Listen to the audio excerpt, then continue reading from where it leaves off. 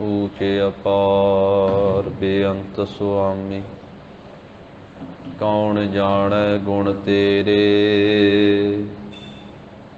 गावते उदरह सुनते उदरह। बिन सह पाप कनेरे, पशु परेत मुग्ध का उतारे। पाहन पारे उतारै, नानक दास तेरी सरणाई। सदा सदा बलिहारै, ज्ञान ध्यान किछ कर्म न जाना। सार न जाना तेरी, सब ते वड्डा सतगुर नानक। जिन कल राखी मेरी, ज्ञान अंजन गुर दिया। अज्ञान अंधेर विनाश, हर कृपा ते संत भेटिया। नानक मन परगास, सो कहो टल गुर सेवियै। अहनिस सहज सुभाए, दर्शन परसै गुरु कै।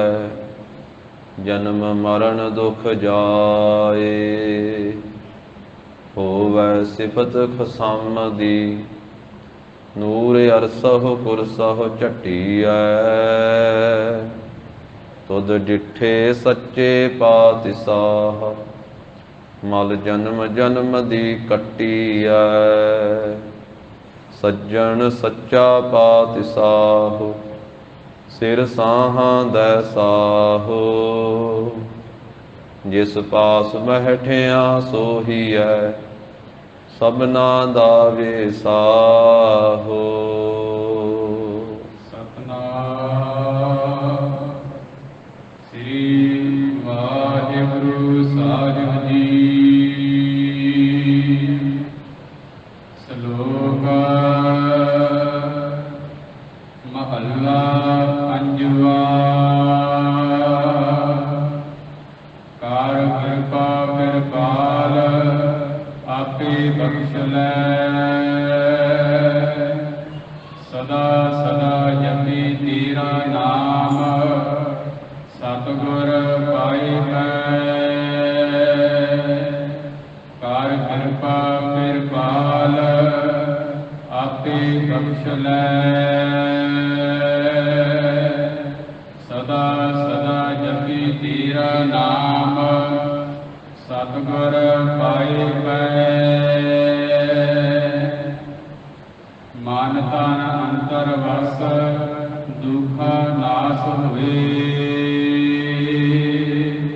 हाथ दे आप रख, व्यापै कहो न कोई। गुण गावा दिन रैन, इतै कम लाए। संत जना कै संग, हमै रोग जाए। सर्व निरंतर कसम, एको रव रहिया। गुर प्रसादी सच, सचो सच लगिया। दया करहु दयाल, अपनी सिफत देहो। दर्शन देख निहाल, नानक प्रीत एह। दया करहु दयाल, अपनी सिफत देहो। दर्शन देख निहाल, नानक प्रीत एह। वाहिगुरु जी का खालसा, वाहिगुरु जी की फतेह। जाहर जहूर हाजिर हजूर, सर्व कला भरपूर। भगत पावन भगत वत्सल अंतरजामी। ਦਸਾਂ ਪਾਤਸ਼ਾਹੀਆਂ ਦੀ ਜੋਤ, ਧੰਨ ਸ੍ਰੀ ਗੁਰੂ ਗ੍ਰੰਥ ਸਾਹਿਬ ਜੀ ਮਹਾਰਾਜ, ਸਤਿਗੁਰਾਂ ਦੀ ਅਪਰੰਪਾਰ ਕਿਰਪਾਲਤਾ ਦਇਆਲਤਾ ਦਾ ਸਦਕਾ ਜਗਤ ਗੁਰੂ ਜਵਾਹਰ ਪੀਰ ਜਗਤ ਗੁਰ ਬਾਬਾ ਧੰਨ ਧੰਨ ਸ੍ਰੀ ਗੁਰੂ ਨਾਨਕ ਦੇਵ ਸਾਹਿਬ ਜੀ ਮਹਾਰਾਜ, ਸਤਿਗੁਰਾਂ ਦੇ ਪਾਵਨ ਅਸਥਾਨ ਸੱਚਖੰਡ ਦਰਬਾਰ ਗੁਰਦੁਆਰਾ ਸ੍ਰੀ ਬੇਰ ਸਾਹਿਬ ਜੀ ਵਿਖੇ ਅੰਮ੍ਰਿਤ ਵੇਲੇ ਦੇ ਸਜੇ ਹੋਏ ਸੁੰਦਰ ਦੀਵਾਨ, ਪੰਜ ਬਾਣੀਆਂ ਦਾ ਨਿਤਨੇਮ, ਆਸਾ ਕੀ ਵਾਰ ਦਾ ਸੰਪੂਰਨ ਕੀਰਤਨ ਸਤਿਗੁਰਾਂ ਦੀ ਪਾਵਨ ਹਜ਼ੂਰੀ ਅੰਦਰ ਹੋਇਆ ਹੈ। ਗੁਰਸਿੱਖ ਸੰਗਤਾਂ ਨੇ ਅੰਮ੍ਰਿਤ ਵੇਲੇ ਤੋਂ ਲੈ ਕਰਕੇ ਹੀ ਸਤਿਗੁਰਾਂ ਦੇ ਪਾਵਨ ਦਰਬਾਰ ਦੀਆਂ ਹਾਜ਼ਰੀਆਂ ਭਰੀਆਂ। ਗੁਰੂ ਮਹਾਰਾਜ ਸਾਹਿਬ ਜੀ ਦੇ ਅੰਮ੍ਰਿਤਮਈ ਦਰਸ਼ਨ ਕੀਤੇ। ਗਰੀਬ ਨਵਾਜ ਸਤਿਗੁਰੂ ਜੀ ਨੇ ਕਿਰਪਾ ਕੀਤੀ ਹੈ। ਸਤਿਗੁਰਾਂ ਦੀ ਕਿਰਪਾਲਤਾ ਦਾ ਸਦਕਾ ਸਤ ਸੰਗਤ ਦੀਆਂ ਅਮੋਲਕ ਵਡਭਾਗੀਆਂ ਘੜੀਆਂ ਪ੍ਰਾਪਤ ਹੋਈਆਂ ਹਨ। ਲੜੀਵਾਰ ਰੂਪ ਵਿੱਚ ਅੱਜ ਦਾ ਜੋ ਪਾਵਨ ਉਪਦੇਸ਼ ਸਤਿਗੁਰੂ ਜੀ ਬਖਸ਼ਿਸ਼ ਕਰ ਰਹੇ ਹਨ, ਰਾਮ ਕਲੀ ਰਾਗ ਦੀ ਦੂਸਰੀ ਵਾਰ ਜੋ 8ਵੀਂ ਪੌੜੀ ਦੇ ਨਾਲ ਸਤਿਗੁਰੂ ਜੀ ਨੇ ਸ਼ਲੋਕ ਅੰਕਿਤ ਕੀਤੇ ਹਨ। ਅੱਜ ਦਾ ਉਪਦੇਸ਼ ਮਹਾਰਾਜ ਸਾਹਿਬ ਜੀ 8ਵੀਂ ਪੌੜੀ ਔਰ ਸ਼ਲੋਕਾਂ ਦੇ ਰਾਹੀਂ ਬਖਸ਼ਿਸ਼ ਕਰ ਰਹੇ ਹਨ। 961 ਅੰਗ ਤੇ ਸਤਿਗੁਰੂ ਜੀ ਦੇ ਇਹ ਪਾਵਨ ਬਚਨ ਸੋਭਨੀਕ ਹਨ। ਸਤਿਗੁਰੂ ਪੰਚਮ ਪਾਤਸ਼ਾਹ ਜੀ ਦੀ ਉਚਾਰਨ ਕੀਤੀ ਹੋਈ ਇਹ ਰਾਮ ਕਲੀ ਰਾਗ ਦੀ ਦੂਸਰੀ ਵਾਰ ਹੈ। ਜਿਵੇਂ ਮਹਾਰਾਜ ਸਾਹਿਬ ਜੀ ਕਰਤਾ ਪੁਰਖ ਅੱਗੇ ਬੇਨਤੀ ਕਰਕੇ ਜੋ ਮੰਗ ਰਹੇ ਹਨ, ਤੇ ਸਾਨੂੰ ਸੰਸਾਰੀ ਜੀਵਾਂ ਨੂੰ ਵੀ ਮਹਾਰਾਜ ਸਾਹਿਬ ਜੀ ਨੇ ਪ੍ਰਭੂ ਦੇ ਅੱਗੇ ਬੇਨਤੀ ਕਰਨ ਦਾ ਢੰਗ ਤਰੀਕਾ ਦੱਸਿਆ ਹੈ। ਗੁਰਬਾਣੀ ਦੇ ਅੰਦਰ ਸਤਿਗੁਰਾਂ ਨੇ ਅਨੇਕ ਪ੍ਰਕਾਰ ਦੇ ਨਾਲ ਉਪਦੇਸ਼ ਬਖਸ਼ਿਆ ਹੈ। ਉੱਥੇ ਸਾਧ ਸੰਗਤ ਜੀ ਮਹਾਰਾਜ ਸਾਹਿਬ ਜੀ ਨੇ ਪ੍ਰਭੂ ਦੇ ਅੱਗੇ ਬੇਨਤੀ ਕਰਨ ਦਾ ਢੰਗ ਵੀ ਦੱਸਿਆ ਹੈ, ਅਰਦਾਸ ਕਰਨ ਦਾ ਢੰਗ ਵੀ ਦੱਸਿਆ। ਕਿਉਂਕਿ ਮਾਲਕ ਦੇ ਅੱਗੇ ਜ਼ੋਰ ਨਹੀਂ ਚੱਲ ਸਕਦਾ, ਬੇਨਤੀ ਚੱਲਦੀ ਹੈ। ਸਿਆਣਪ ਨਹੀਂ ਚੱਲਦੀ, ਚਤੁਰਾਈ ਨਹੀਂ ਚੱਲਦੀ, ਅਰਦਾਸ ਚੱਲਦੀ ਹੈ। ਜਿਸ ਠਾਕੁਰ ਸਿਉ ਨਾਹੀ ਚਾਰਾ, ਤਾਕੋ ਕੀਜੈ ਸਦ ਨਮਸਕਾਰਾ। ਜਿਸ ਮਾਲਕ ਦੇ ਨਾਲ ਕੋਈ ਚਾਰਾ ਨਹੀਂ ਹੈ, ਕੋਈ ਜ਼ੋਰ ਨਹੀਂ ਹੈ, ਇਸ ਕਰਕੇ ਮਹਾਰਾਜ ਕਹਿੰਦੇ ਉਸ ਮਾਲਕ ਦੇ ਅੱਗੇ ਨਮਸਕਾਰ ਕਰਨੀ ਚਾਹੀਦੀ ਹੈ, ਅਰਦਾਸ ਕਰਨੀ ਚਾਹੀਦੀ ਹੈ। ਜਿਸ ਨਾਲ ਜ਼ੋਰ ਨਾ ਚੱਲੇ, ਖਲੇ ਕੀਚੇ ਅਰਦਾਸ। ਜਿਸ ਅੱਗੇ ਜ਼ੋਰ ਨਹੀਂ ਚੱਲ ਸਕਦਾ, ਉਸ ਅੱਗੇ ਖਲੋ ਕੇ ਅਰਦਾਸ ਕਰਨੀ ਚਾਹੀਦੀ ਭਾਈ, ਬੇਨਤੀ ਕਰਨੀ ਚਾਹੀਦੀ। ਤਾਂ ਮਹਾਰਾਜ ਸਾਹਿਬ ਜੀ ਅੱਜ ਦਾ ਪਵਿੱਤਰ ਉਪਦੇਸ਼ ਵਾਹਿਗੁਰੂ ਪਰਮੇਸ਼ਰ ਦੇ ਅੱਗੇ ਬੇਨਤੀ ਕਰਨ ਦਾ ਦੱਸ ਰਹੇ ਹਨ।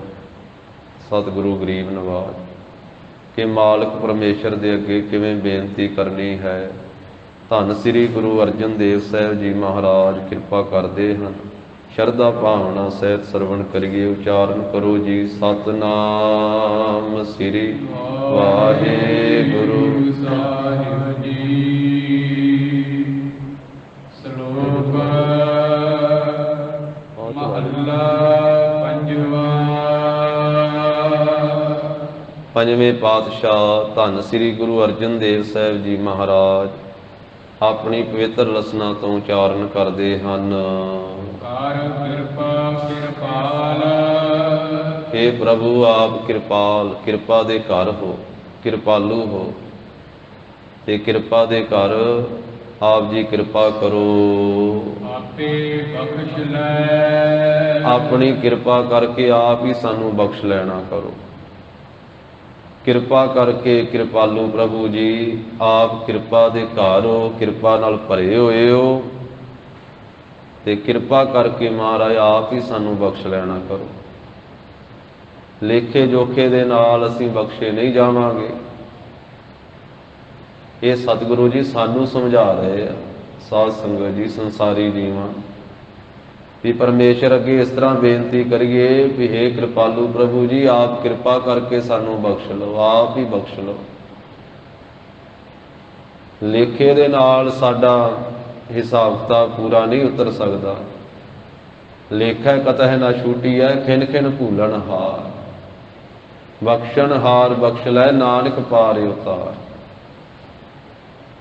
ਲੇਖਾ ਕੀਤਿਆਂ ਸਾਡਾ ਕਦੇ ਵੀ ਛੁਟਕਾਰਾ ਨਹੀਂ ਹੋ ਸਕਦਾ। ਆਪਣੀ ਬਖਸ਼ਿਸ਼ ਕਰਕੇ ਸਾਡੇ ਗੁਨਾਹਾਂ ਨੂੰ ਬਖਸ਼ ਦੇਣਾ ਕਰੋ। ਕਿਉਂਕਿ ਜਦੋਂ ਮਹਾਰਾਜ ਕਿਰਪਾਲੂ ਸਤਿਗੁਰੂ ਜੀ, ਪਰਮੇਸ਼ਰ ਵਾਹਿਗੁਰੂ ਜੀ ਕਿਰਪਾ ਦੇ ਘਰ ਵਿੱਚ ਆਉਂਦੇ ਆ ਤੇ ਫਿਰ ਬਖਸ਼ਿਸ਼ ਕਰ ਦਿੰਦੇ, ਗੁਨਾਹਾਂ ਨੂੰ ਬਖਸ਼ ਦਿੰਦੇ।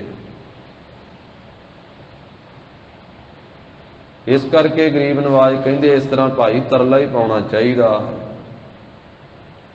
ਗੁਰੂ ਸਾਹਿਬ ਜੀ ਦੀ ਚਰਨ ਸ਼ਰਨ ਵਿੱਚ ਆ ਕੇ ਇਸ ਤਰ੍ਹਾਂ ਬੇਨਤੀ ਕਰਨੀ ਚਾਹੀਦੀ ਹੈ, ਸਤਿਗੁਰ ਆਇਓ ਸਰਨ ਤੁਹਾਰੀ, ਮਿਲੈ ਸੂਖ ਨਾਮ ਹਰ ਸੋਭਾ, ਚਿੰਤਾ ਲਾਹੇ ਹਮਾਰੀ। ਅਵਰ ਨਾ ਸੂਝੈ ਦੂਜੀ ਠਾਹਰ, ਹਾਰ ਭਰਿਓ ਤਉ ਦੁਆਰੀ। ਲੇਖਾ ਛੋੜਿਆ ਲੇਖਾ ਛੂਟਹਿ, ਹਮ ਨਿਰਗੁਣ ਲੇਹੋ ਉਬਾਰੀ। ਸਦ ਬਖਸ਼ਿੰਦ ਸਦਾ ਮਿਹਰਵਾਨਾ, ਸਭਨਾ ਦੇ ਆਧਾਰੀ। ਨਾਨਕ ਦਾਸ ਸੰਤ ਪਾਤਸ਼ਾਹ ਪਰਿਓ, ਰਾਖ ਲਿਹੋ ਇਹ ਬਾਰੀ। ਜਦੋਂ ਕਿਰਪਾ ਦੇ ਘਰ ਵਿੱਚ ਆਉਂਦੇ ਆ ਤੇ ਫਿਰ 84 ਲੱਖ ਜੂਨਾਂ ਦਾ ਗੇੜਾ ਹੀ ਮਹਾਰਾਜ ਕੱਟ ਦਿੰਦੇ।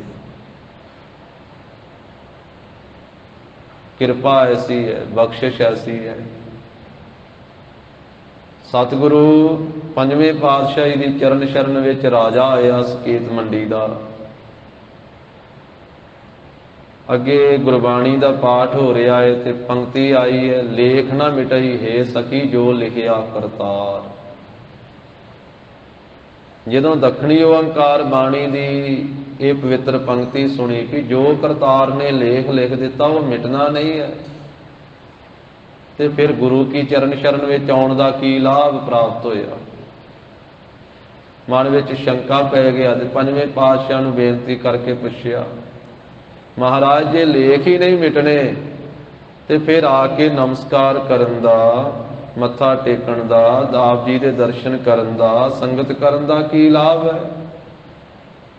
ਸਤਿਗੁਰੂ ਕਹਿੰਦੇ ਕੁਝ ਦਿਨ ਇੱਥੇ ਰਹਿ, ਤੈਨੂੰ ਪਤਾ ਲੱਗ ਜਾਵੇਗਾ। ਰਾਜਾ ਅੰਮ੍ਰਿਤਸਰ ਸਾਹਿਬ ਮਹਾਰਾਜ ਦੇ ਚਰਨ ਸ਼ਰਨ ਵਿੱਚ ਰਹਿੰਦਾ। ਰਾਤ ਨੂੰ ਸੁੱਤੇ ਪਿਆ ਸੁਪਨਾ ਆਉਂਦਾ ਹੈ, ਕਈ ਜਨਮ ਭੋਗਦਾ ਹੈ, ਅਖੀਰ ਚੰਡਾਲਾਂ ਘਰੇ ਜਨਮ ਹੁੰਦਾ ਹੈ। ਫਿਰ ਉੱਥੇ ਬੱਚੇ ਪ੍ਰਾਪਤ ਹੁੰਦੇ ਹਨ, ਧੀਆਂ ਪੁੱਤਰਾਂ ਵਾਲਾ ਹੁੰਦਾ ਹੈ। ਅਖੀਰ ਉਹ ਜਨਮ ਪੂਰਾ ਕਰਕੇ ਚੰਡਾਲਾਂ ਦੇ ਘਰ ਦਾ ਤੇ ਮੌਤ ਹੋ ਜਾਂਦੀ ਹੈ। ਸਾਰੇ ਰਿਸ਼ਤੇਦਾਰ ਇਕੱਠੇ ਹੁੰਦੇ ਆ, ਮ੍ਰਿਤਕ ਸਰੀਰ ਨੂੰ ਦਫਨਾ ਦਿੰਦੇ ਆ। ਇਹ ਸੁਪਨਾ ਵੇਖਿਆ ਰਾਜੇ ਕਿ ਉਸਦੇ ਚੰਡਾਲਾਂ ਦੇ ਘਰ ਦੇ ਜਨਮ ਨੂੰ ਜਦੋਂ ਉਹਨੇ ਸਾਰੀ ਉਮਰ ਭੋਗ ਲਈ, ਸਵਾਸ ਪੂਰੇ ਹੋ ਗਏ, ਤੇ ਉਹਨੂੰ ਦਫਨਾ ਦਿੱਤਾ ਗਿਆ ਮਿੱਟੀ ਦੇ ਵਿੱਚ। ਇਧਰ ਸੁਪਨਾ ਆਇਆ ਤੇ ਬੇਨਤੀ ਕਰਦਾ ਕਿ ਮਹਾਰਾਜ ਹਾਲੇ ਪੁੱਛਣਾ ਸੀ ਗੁਰੂ ਸਾਹਿਬ ਜੀ ਨੂੰ ਕਿ ਰਾਤ ਮੇਰੇ ਨਾਲ ਇਸ ਤਰ੍ਹਾਂ ਵਾਪਰੀ, ਇਸ ਤਰ੍ਹਾਂ ਸੁਪਨਾ ਆਇਆ। ਸਤਿਗੁਰੂ ਕਹਿੰਦੇ ਵੀ ਰਾਜਾ ਚੱਲ ਸੈਰ ਕਰ ਆਈਏ, ਕੁਝ ਵਿਚਰ ਕੇ ਆਈਏ। ਸ੍ਰੀ ਅੰਮ੍ਰਿਤਸਰ ਸਾਹਿਬ ਤੋਂ ਲੈ ਕਰਕੇ ਮਹਾਰਾਜ ਸਾਹਿਬ ਨਾਲ ਪੰਜਵੇਂ ਪਾਤਸ਼ਾਹ ਰਾਜੇ ਨੂੰ, ਤੇ ਜਿਹੜੇ ਪਾਸੇ ਅੱਜ ਕੱਲ੍ਹ ਰਾਜਾ ਸਾਂਸੀ ਹਵਾਈ ਅੱਡਾ ਹੈ ਉਹਦੇ ਤੋਂ ਅਗਾਂਹ ਨੂੰ ਮਹਾਰਾਜ ਲੈ ਕੇ ਗਏ। ਉਧਰਲੇ ਪਾਸੇ ਉਹ ਅਸਥਾਨ ਵੀ ਸੋਭਨੀਕ ਹੈ। ਦੂਰ ਲੈ ਗਏ ਅੰਮ੍ਰਿਤਸਰ ਸਾਹਿਬ ਤੋਂ ਕੋਈ 20-25 ਕਿਲੋਮੀਟਰ ਦੀ ਦੂਰੀ ਤੇ। बार बार अजकल तो वो विच ही सारा आ गया, उत्थों तक कि अमृतसर साहिब वध गया दूर दूर तक। उत्थे जंगल दे विच जदों गए, राजा अगे हो गया महाराज तो दूर, शिकार खेडण वास्ते चल गया, सतगुरु जी पिछां। उत्थे जदों दरख्त हेठां बैठा है दोपहर तो उस परिवार ने आके, उस परिवार के बच्चों ने आके उन्होंने घेर लिया, जिहड़े सुपने च वेखे सी। उन्हें सुपने नूं भी वेखदा है, सुपने च उही बच्चे सी उहदे अपने, हुण जागदियां वेखदा ते वो बच्चे घेरी बैठे। विचों एक बच्चे ने जाके घरे अपनी माता नूं दस्सिया कि आपां रोंदे फिरदे हाँ ते पिता जी ते बाहर जंगल च आके बैठे, उन्होंने राजियां वाले वस्त्र पाए हुए हैं, उन्हां कोल एक घोड़ा भी आ। वो सारा परिवार इकट्ठा हो गया, बाकी लोग भी वो बस्ती दे इकट्ठे हो गए, चंडालां दी बस्ती दे। वो झगड़ा चलदा है, वो कहंदा मैं नहीं तुहाडा संबंधी, वो कहंदे आ भी तू साडा पिता है। ਉਹਦੀ घरवाली कहती है भी तू मेरा पति है, तू ये मरन का नाटक करके, ये छल करके ते तू इधर ये घोड़ा लई फिरदा है। इन्ने चिर नूं पंजवें पातशाह महाराज उत्थे पहुंचे, धन श्री गुरु अर्जन देव साहिब जी महाराज। कहन लगे भी काहदा झगड़ा चलदा है? वो कहंदे साडा संबंधी है ते इन्ने घोड़ा लिया होया ते इन्ने वस्त्र बड़े कीमती पाए हुए, राजा बनिया फिरदा है। वो बेनती करता महाराज भी मैं तो तुहाडे कोलों आया वा, तुसीं मैनूं जाणदे ही। उन्हां जदों सारी गल दसी ते फिर सतगुरु कहन लगे भी तुहाडा जो संबंधी चढ़ाई कीता सी, तुसीं ओहदा अंतिम संस्कार किस तरह कीता सी? ओहनूं अग्नि दा कीता सी जां मिट्टी विच दफनाया सी? कहन लगे जी मिट्टी च दफनाया, असीं उन्होंने मिट्टी दे विच दफनाया। ते सतगुरु कहिंदे फिर उत्थे वेखो, पहला चलो उत्थे वेखीए, जे तुहाडा संबंधी उत्थे मिट्टी विच होया फिर ये थोड़ा तुहाडा। हुण जदों जा करके उत्थे वेखिया, वो मिट्टी पासे करके कवर पुट के वेखिया ते थल्ले वो शरीर पिया मुर्दा। मारे कहंदे तुहाडा संबंधी ते ये तुहाडा थोड़ा, जे सकल सूरत रलदी आ, चेहरा मोहरा रलदा, इहदा भाव ये होड़ा भी ये तुहाडा संबंधी है।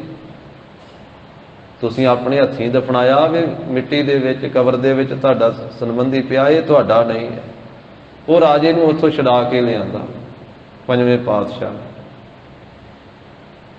उत्थों तो छुट गया, पर मन दे विच वो फिर रात वाला सुपना भी महाराज जो कुछ वापरिया मैं रात सुपने च वेखिया सारा कुछ। इसे तरह ही मेरा परिवार सुपने विच सी, इहो ही मेरे धीआं पुत्र सी, ये मेरे बच्चे सी, इसे तरह मेरी मौत हुई, इसे तरह जिथे हुणे शरीर तुसीं मैनूं विखाया है मुर्दा शरीर, इसे तरह ही मैनूं इत्थे दफनाया सी। ये मैं राती वेखिया। ये की घटना है महाराज? ये की सच है कि झूठ है? ते उस वेले फिर सतगुरु कहन लगे भी राजा ये तेरे नाल वापरना सी, ये कई जन्म तेरे होने सी, फिर तेरा चंडालां दे घर विच जन्म होना सी। ते ये धन श्री गुरु नानक साहिब जी दे घर दे विच तूं आया, इत्थे आके नमस्कार कीती आ, इत्थे आ करके सेवा दे विच तूं अपने माया खर्ची है, इत्थे सेवा सिमरन तूं आके कीता गुरु घर दे विच। इस करके जेड़े जन्म तो प्रतख जूनियां च जाके भोगने सी, अखीरला जन्म चंडालां दे घर विच होना सी, वो तेरा सारा कुछ सुपने च ही भुगता दिता। जो करतार वालों लेख लिखिया गया वा, करतार तो बिना दूजा नहीं बदल सकता, दूजा नहीं मेट सकता। पर राजा गुरु करतार दा स्वरूप है, गुरु दे विच ते करतार दे विच फर्क कोई नहीं। करतार ने लेख लिखे आ, करतार ते बदल ही सकता है ना। करतार ने लेख लिखे आ, करतार तो मेट ही सकता है ना।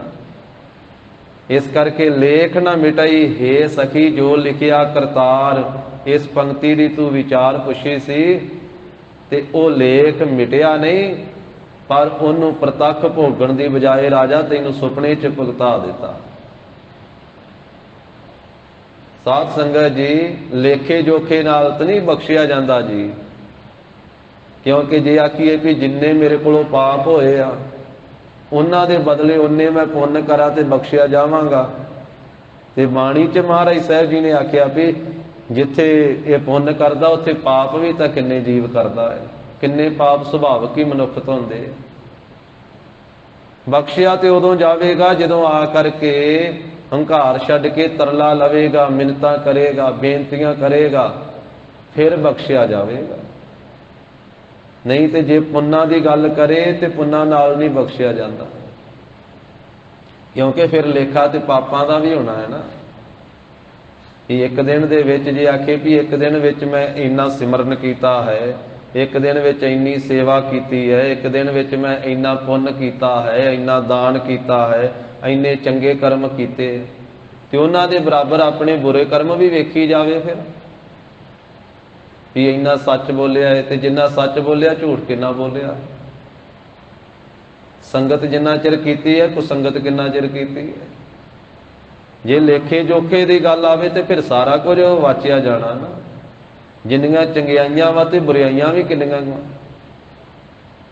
ਦੋਵੇਂ ਵਾਚੀਆਂ ਜਾਣਗੀਆਂ। ਪਰ ਮਹਾਰਾਜ ਸਾਹਿਬ ਕਹਿੰਦੇ ਭਾਈ ਕਰਮ ਚੰਗੇ ਕਰ, ਗੁਰੂ ਕੀ ਸ਼ਰਨ ਵਿੱਚ ਪੈ, ਪਰ ਨਾਲ ਤਰਲਾ ਲੈ ਵੀ ਸੱਚੇ ਪਾਤਸ਼ਾਹ ਮੈਂ ਆਪਣੇ ਕਰਮਾਂ ਦੇ ਨਾਲ ਨਹੀਂ ਛੁੱਟ ਸਕਦਾ, ਤੁਹਾਡੀ ਬਖਸ਼ਿਸ਼ ਦੇ ਨਾਲ, ਤੁਹਾਡੀ ਰਹਿਮਤ ਦੇ ਨਾਲ ਮੇਰਾ ਛੁਟਕਾਰਾ ਹੋ ਸਕਦਾ। ਆਪਣੀ ਬਖਸ਼ਿਸ਼ ਕਰਕੇ ਮੇਰੇ ਗੁਨਾਹਾਂ ਨੂੰ ਬਖਸ਼ੀ ਦਿਓ। ਇੱਕ ਮਹਾਂਪੁਰਖ ਦਾ ਬਚਨ ਹੈ ਸੰਤ ਗੁਲਾਬ ਸਿੰਘ ਜੀ ਦਾ। ਉਹ ਕਹਿੰਦੇ ਜੇ ਕਾਗਜ਼ ਲੈ ਕਰਕੇ ਹੇ ਪ੍ਰਭੂ ਲੇਖਾ ਕਰਨ ਲੱਗ ਪਏ ਨਾ ਮੇਰੇ ਕਰਮਾਂ ਦਾ, ਤੇ ਫਿਰ ਮੈਂ ਨਹੀਂ ਛੁੱਟ ਸਕਦਾ। ਜੇ ਮੇਰੇ ਚੰਗੇ ਮਾੜੇ ਕਰਮ ਦੋਵੇਂ ਇੱਕ ਪਾਸੇ ਚੰਗੇ ਲਿਖਣ ਲੱਗ ਪਓ, ਇੱਕ ਪਾਸੇ ਮਾੜੇ ਲਿਖਣ ਲੱਗ ਪਾਓ, ਤੇ ਫਿਰ ਨਹੀਂ ਮੈਂ ਛੁੱਟ ਸਕਦਾ।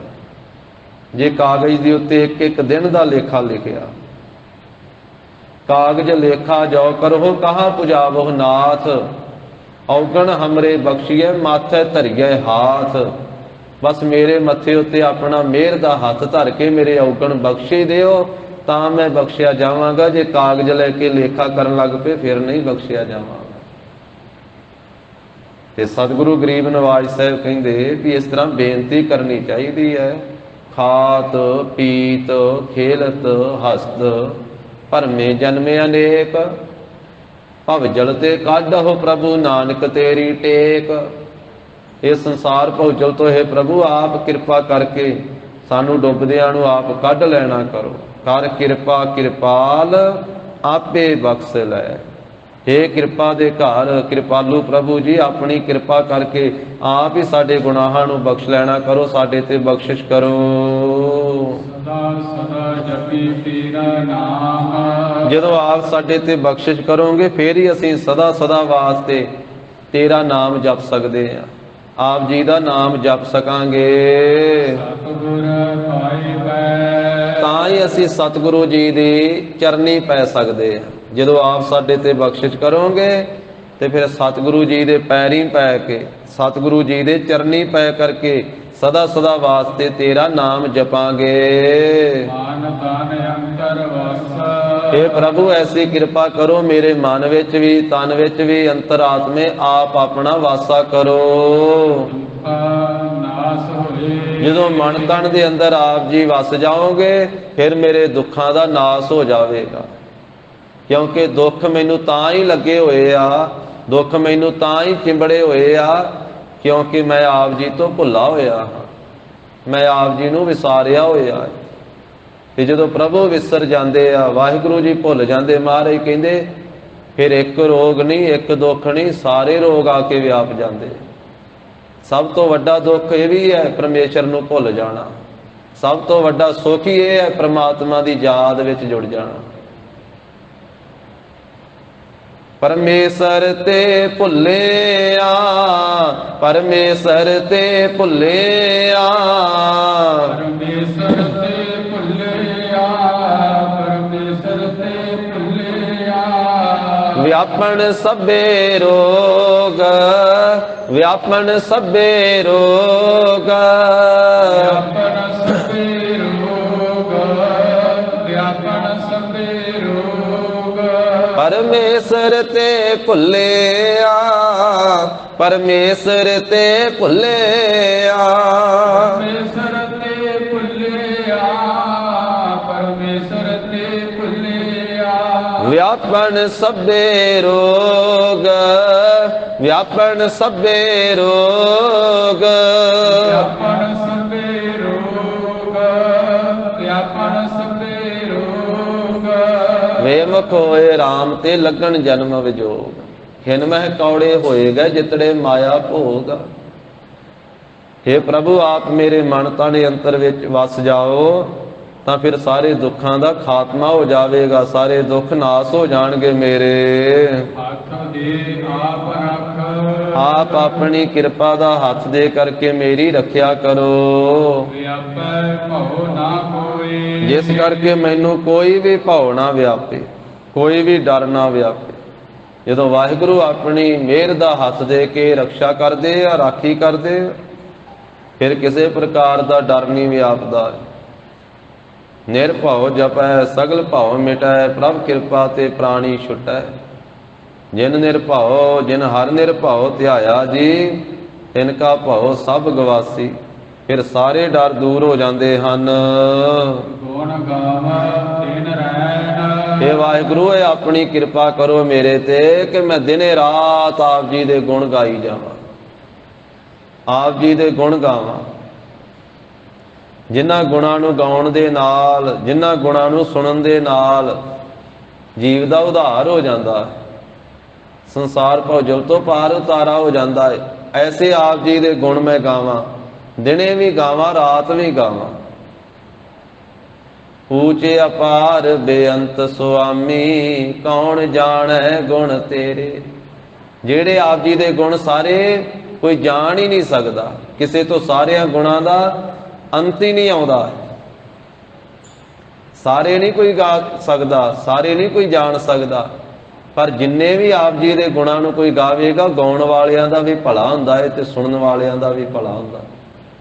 ਗਾਵ ਤੇ ਉਦਰ ਹੈ, ਸੁਣ ਤੇ ਉਦਰ ਹੈ, ਬਿਨਸਹਿ ਪਾਪ ਕਨੇਰੇ, ਪਸ਼ੂ ਪਰੇਤ ਮੁਗਧ ਕਾ ਉਤਾਰੇ, ਪਾਹਨ ਪਾਰੇ ਉਤਾਰੈ, ਨਾਨਕ ਦਾਸ ਤੇਰੀ ਸਰਨਾਈ, ਸਦਾ ਸਦਾ ਬਲਿਹਾਰੈ।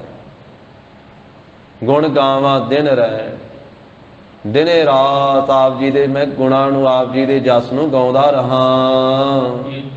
ਕੰਮ ਲਾਏ, ਇਸ ਕੰਮ ਵਿੱਚ ਮੈਨੂੰ ਲਾਉਣਾ ਕਰੋ ਜੀ, ਇਹ ਕੰਮ ਮੈਨੂੰ ਪ੍ਰਾਪਤ ਹੋ ਜਾਵੇ।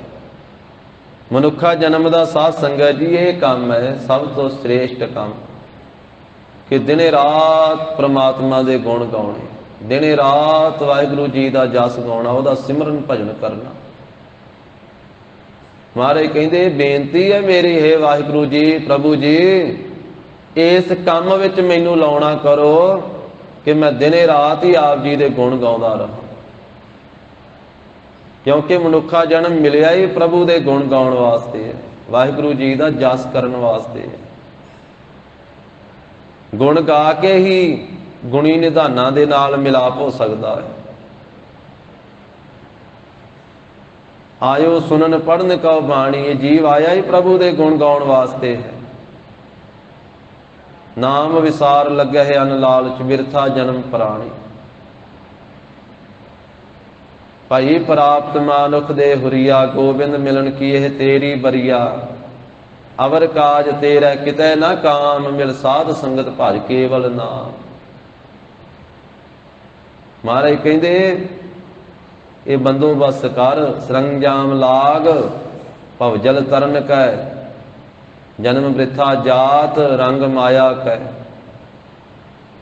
ਇਹ ਪ੍ਰਭੂ ਇਹ ਕਿਰਪਾ ਕਰੋ, ਦਿਨੇ ਰਾਤ ਆਪ ਜੀ ਦੇ ਗੁਣ ਗਾਵਾਂ, ਇਸ ਕੰਮ ਵਿੱਚ ਮੈਨੂੰ ਲਾਉਣਾ ਕਰੋ। ਸੰਤ ਜਨਾ ਕਾ ਸੰਗ, ਨਾਲੇ ਆਪਣੇ ਪਿਆਰੇ ਨਾਮ ਜਪਣ ਵਾਲੇ ਸੰਤ ਜਨਾਂ ਦਾ ਸੰਗ ਵੀ ਮੈਨੂੰ ਬਖਸ਼ਿਸ਼ ਕਰੋ। ਜਿਹੜੇ ਆਪ ਜੀ ਦੇ ਗੁਣ ਗਾਉਂਦੇ ਆ, ਮੈਂ ਉਹਨਾਂ ਦੀ ਸੰਗਤ ਵੀ ਕਰਾਂ।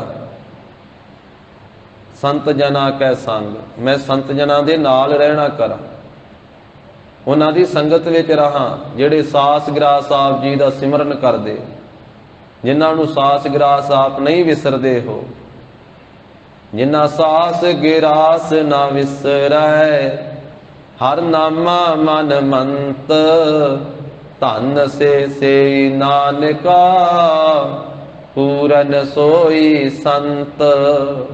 ਐਸੇ ਆਪਣੇ ਪਿਆਰਿਆਂ ਦੇ ਸੰਗ ਦੇ ਵਿੱਚ ਮੈਨੂੰ ਰੱਖੋ ਜੀ, ਹਉਮੈ ਰੋਗ ਜਾਏ। ਜਿਸ ਕਰਕੇ ਮੇਰਾ ਹਉਮੈ ਦਾ ਰੋਗ ਨਿਵਰਤ ਹੋ ਜਾਵੇ, ਹਉਮੈ ਦਾ ਰੋਗ ਚਲੇ ਜਾਵੇ। ਸਤਿਗੁਰੂ ਕਹਿੰਦੇ ਮਨੁੱਖ ਨੂੰ ਰੋਗ ਤਾਂ ਅਨੇਕਾਂ ਲੱਗੇ ਹੋਏ ਆ, ਪਰ ਵੱਡੇ ਦੋ ਰੋਗ ਲੱਗੇ, ਇੱਕ ਹਉਮੈ ਦਾ ਰੋਗ, ਇੱਕ ਤ੍ਰਿਸ਼ਨਾ ਦਾ ਰੋਗ।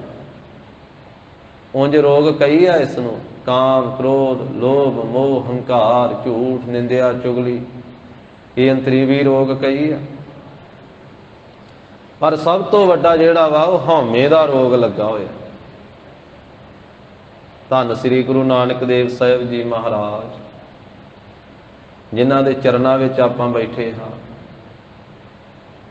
ਜਿਨ੍ਹਾਂ ਨੇ ਇਸ ਧਰਤੀ ਦੇ ਕਣ ਕਣ ਨੂੰ ਆਪਣੇ ਚਰਨਾਂ ਦੀ ਛੋਹ ਦੇ ਕਰਕੇ ਪਵਿੱਤਰ ਕੀਤਾ।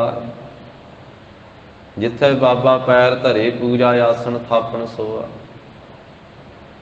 ਰਾਏ ਭੋਏ ਦੀ ਤਲਵੰਡੀ ਤੇ ਜਦੋਂ ਮਹਾਰਾਜ ਬਚਪਨ ਵਿੱਚ ਬਖਸ਼ਿਸ਼ਾਂ ਵਰਤਾ ਰਹੇ ਸਨ ਸ੍ਰੀ ਨਨਕਾਣਾ ਸਾਹਿਬ ਦੀ ਧਰਤੀ ਤੇ, ਤਾਂ ਮਹਾਰਾਜ ਸਾਹਿਬ ਜੀ ਕੁਝ ਮਹੀਨੇ ਐਸਾ ਸੁਭਾਅ ਆਪਣਾ ਧਾਰਨ ਕੀਤਾ ਹੈ, ਆਪਣੀ ਮੌਜ ਵਿੱਚ, ਆਪਣੇ ਆਨੰਦ ਵਿੱਚ ਹੀ ਵਿਚਰਦੇ ਮਹਾਰਾਜ, ਤੇ ਬਰਾਜੇ ਹੀ ਰਹਿੰਦੇ। ਮੰਜੇ ਦੇ ਉੱਤੇ ਚਾਦਰ ਲੈ ਕਰਕੇ ਲੰਮੇ ਹੀ ਪੈ ਰਹਿਣਾ, ਨਾ ਖਾਣ ਦੀ ਰੁਚੀ, ਨਾ ਪੀਣ ਦੀ ਰੁਚੀ, ਨਾ ਪਹਿਨਣ ਦੀ ਰੁਚੀ, ਨਾ ਬੋਲਣ ਦੀ। ਮਾਤਾ ਪਿਤਾ ਨੇ ਬੜੀ ਚਿੰਤਾ ਕੀਤੀ ਕਿ ਕਈ ਦਿਨ ਹੋ ਗਏ ਆ, ਸਾਡਾ ਪੁੱਤਰ ਉੱਠਦਾ ਨਹੀਂ, ਚੰਗੀ ਤਰ੍ਹਾਂ ਵਿਚਰਦਾ ਨਹੀਂ, ਖਾਂਦਾ ਪੀਂਦਾ ਨਹੀਂ, ਹੱਸਦਾ ਖੇਡਦਾ ਨਹੀਂ। ਧੰਨ ਮਾਤਾ ਤ੍ਰਿਪਤਾ ਜੀ ਨੇ ਬਹੁਤ ਪੁੱਛਿਆ ਕਿ ਪੁੱਤਰ ਤੈਨੂੰ ਕੀ ਰੋਗ ਹੈ, ਕੀ ਦੁੱਖ ਤਕਲੀਫ ਹੈ, ਦੱਸ, ਮੈਂ ਵੈਦ ਨੂੰ ਬੁਲਾਵਾਂ, ਤੇਰਾ ਇਲਾਜ ਕਰਾਵਾਂ। ਪਿਤਾ ਜੀ ਨੇ ਪੁੱਛਿਆ। ਅਖੀਰ ਫਿਰ ਰਿਸ਼ਤੇਦਾਰ ਪਤਾ ਲੈਣ ਵਾਸਤੇ ਆਏ, ਤੇ ਰਿਸ਼ਤੇਦਾਰਾਂ ਨੇ ਆਖਿਆ ਮਹਾਰਾਜ ਦੇ ਪਿਤਾ ਜੀ ਨੂੰ ਕਿ ਮਹਿਤਾ ਕਲਿਆਣ ਚੰਦ, ਤੂੰ ਮਾਇਆ ਦੇ ਲਾਲਚ ਵਿੱਚ ਫਸਿਆ ਪਿਆ ਹੈ, ਆਪਣੇ ਪੁੱਤਰ ਵੱਲੇ ਧਿਆਨ ਹੀ ਨਹੀਂ ਦਿੰਦਾ। ਆਪਣੇ ਪੁੱਤਰ ਨਾਨਕ ਵੱਲੇ ਧਿਆਨ ਦੇ, ਵੇਖ ਕਿੰਨੇ ਦਿਨ ਹੋ ਗਏ ਆ ਉਹ ਮੰਜੇ ਤੇ ਉਸ ਨੂੰ ਪਿਆ ਹੋਏ ਆ, ਤੂੰ ਕੋਈ ਵੈਦ ਹਕੀਮ ਨੂੰ ਕਿਉਂ ਨਹੀਂ ਸੱਦਦਾ, ਇਲਾਜ ਕਿਉਂ ਨਹੀਂ ਕਰਾਉਂਦਾ? ਤੇਰਾ ਪੁੱਤਰ ਤੰਦਰੁਸਤ ਹੋਵੇਗਾ, ਮਾਇਆ ਤੇ ਕਿੰਨੀ ਕਮਾ ਲਵੇਗਾ। ਜਦੋਂ ਸ਼ਰੀਕੇ ਭਾਈਚਾਰੇ ਨੇ, ਰਿਸ਼ਤੇਦਾਰਾਂ ਨੇ, ਉਹਨਾਂ ਨੇ ਇਹ ਗੱਲ ਆਖੀ, ਤੇ ਮਹਾਰਾਜ ਸਾਹਿਬ ਦੇ ਪਿਤਾ ਜੀ ਨੇ ਫਿਰ ਆਪਣੇ ਛੋਟੇ ਭਰਾ ਬਾਬਾ ਲਾਲੂ ਜੀ, ਭਾਵ ਗੁਰੂ ਸਾਹਿਬ ਦੇ ਚਾਚਾ ਜੀ, ਉਹਨਾਂ ਨੂੰ ਭੇਜਿਆ ਵੀ ਆਪਣੇ ਨਗਰ ਦੇ ਵੈਦ ਨੂੰ ਸੱਦ ਕੇ ਲਿਆਓ। ਚਾਚਾ ਲਾਲੂ ਜੀ ਗਏ ਤੇ ਵੈਦ ਹਰਦਾਸ ਨੂੰ ਲੈ ਕੇ ਆਏ। ਮਹਾਰਾਜ ਸਾਹਿਬ ਜੀ ਦੇ ਪਾਸ ਆ ਗਿਆ ਵੈਦ ਹਰਦਾਸ, ਜਿੱਥੇ ਚਾਦਰ ਲੈ ਕੇ ਮੰਜੇ ਤੇ ਪਏ ਧੰਨ ਸ੍ਰੀ ਗੁਰੂ ਨਾਨਕ ਦੇਵ ਸਾਹਿਬ ਜੀ ਮਹਾਰਾਜ।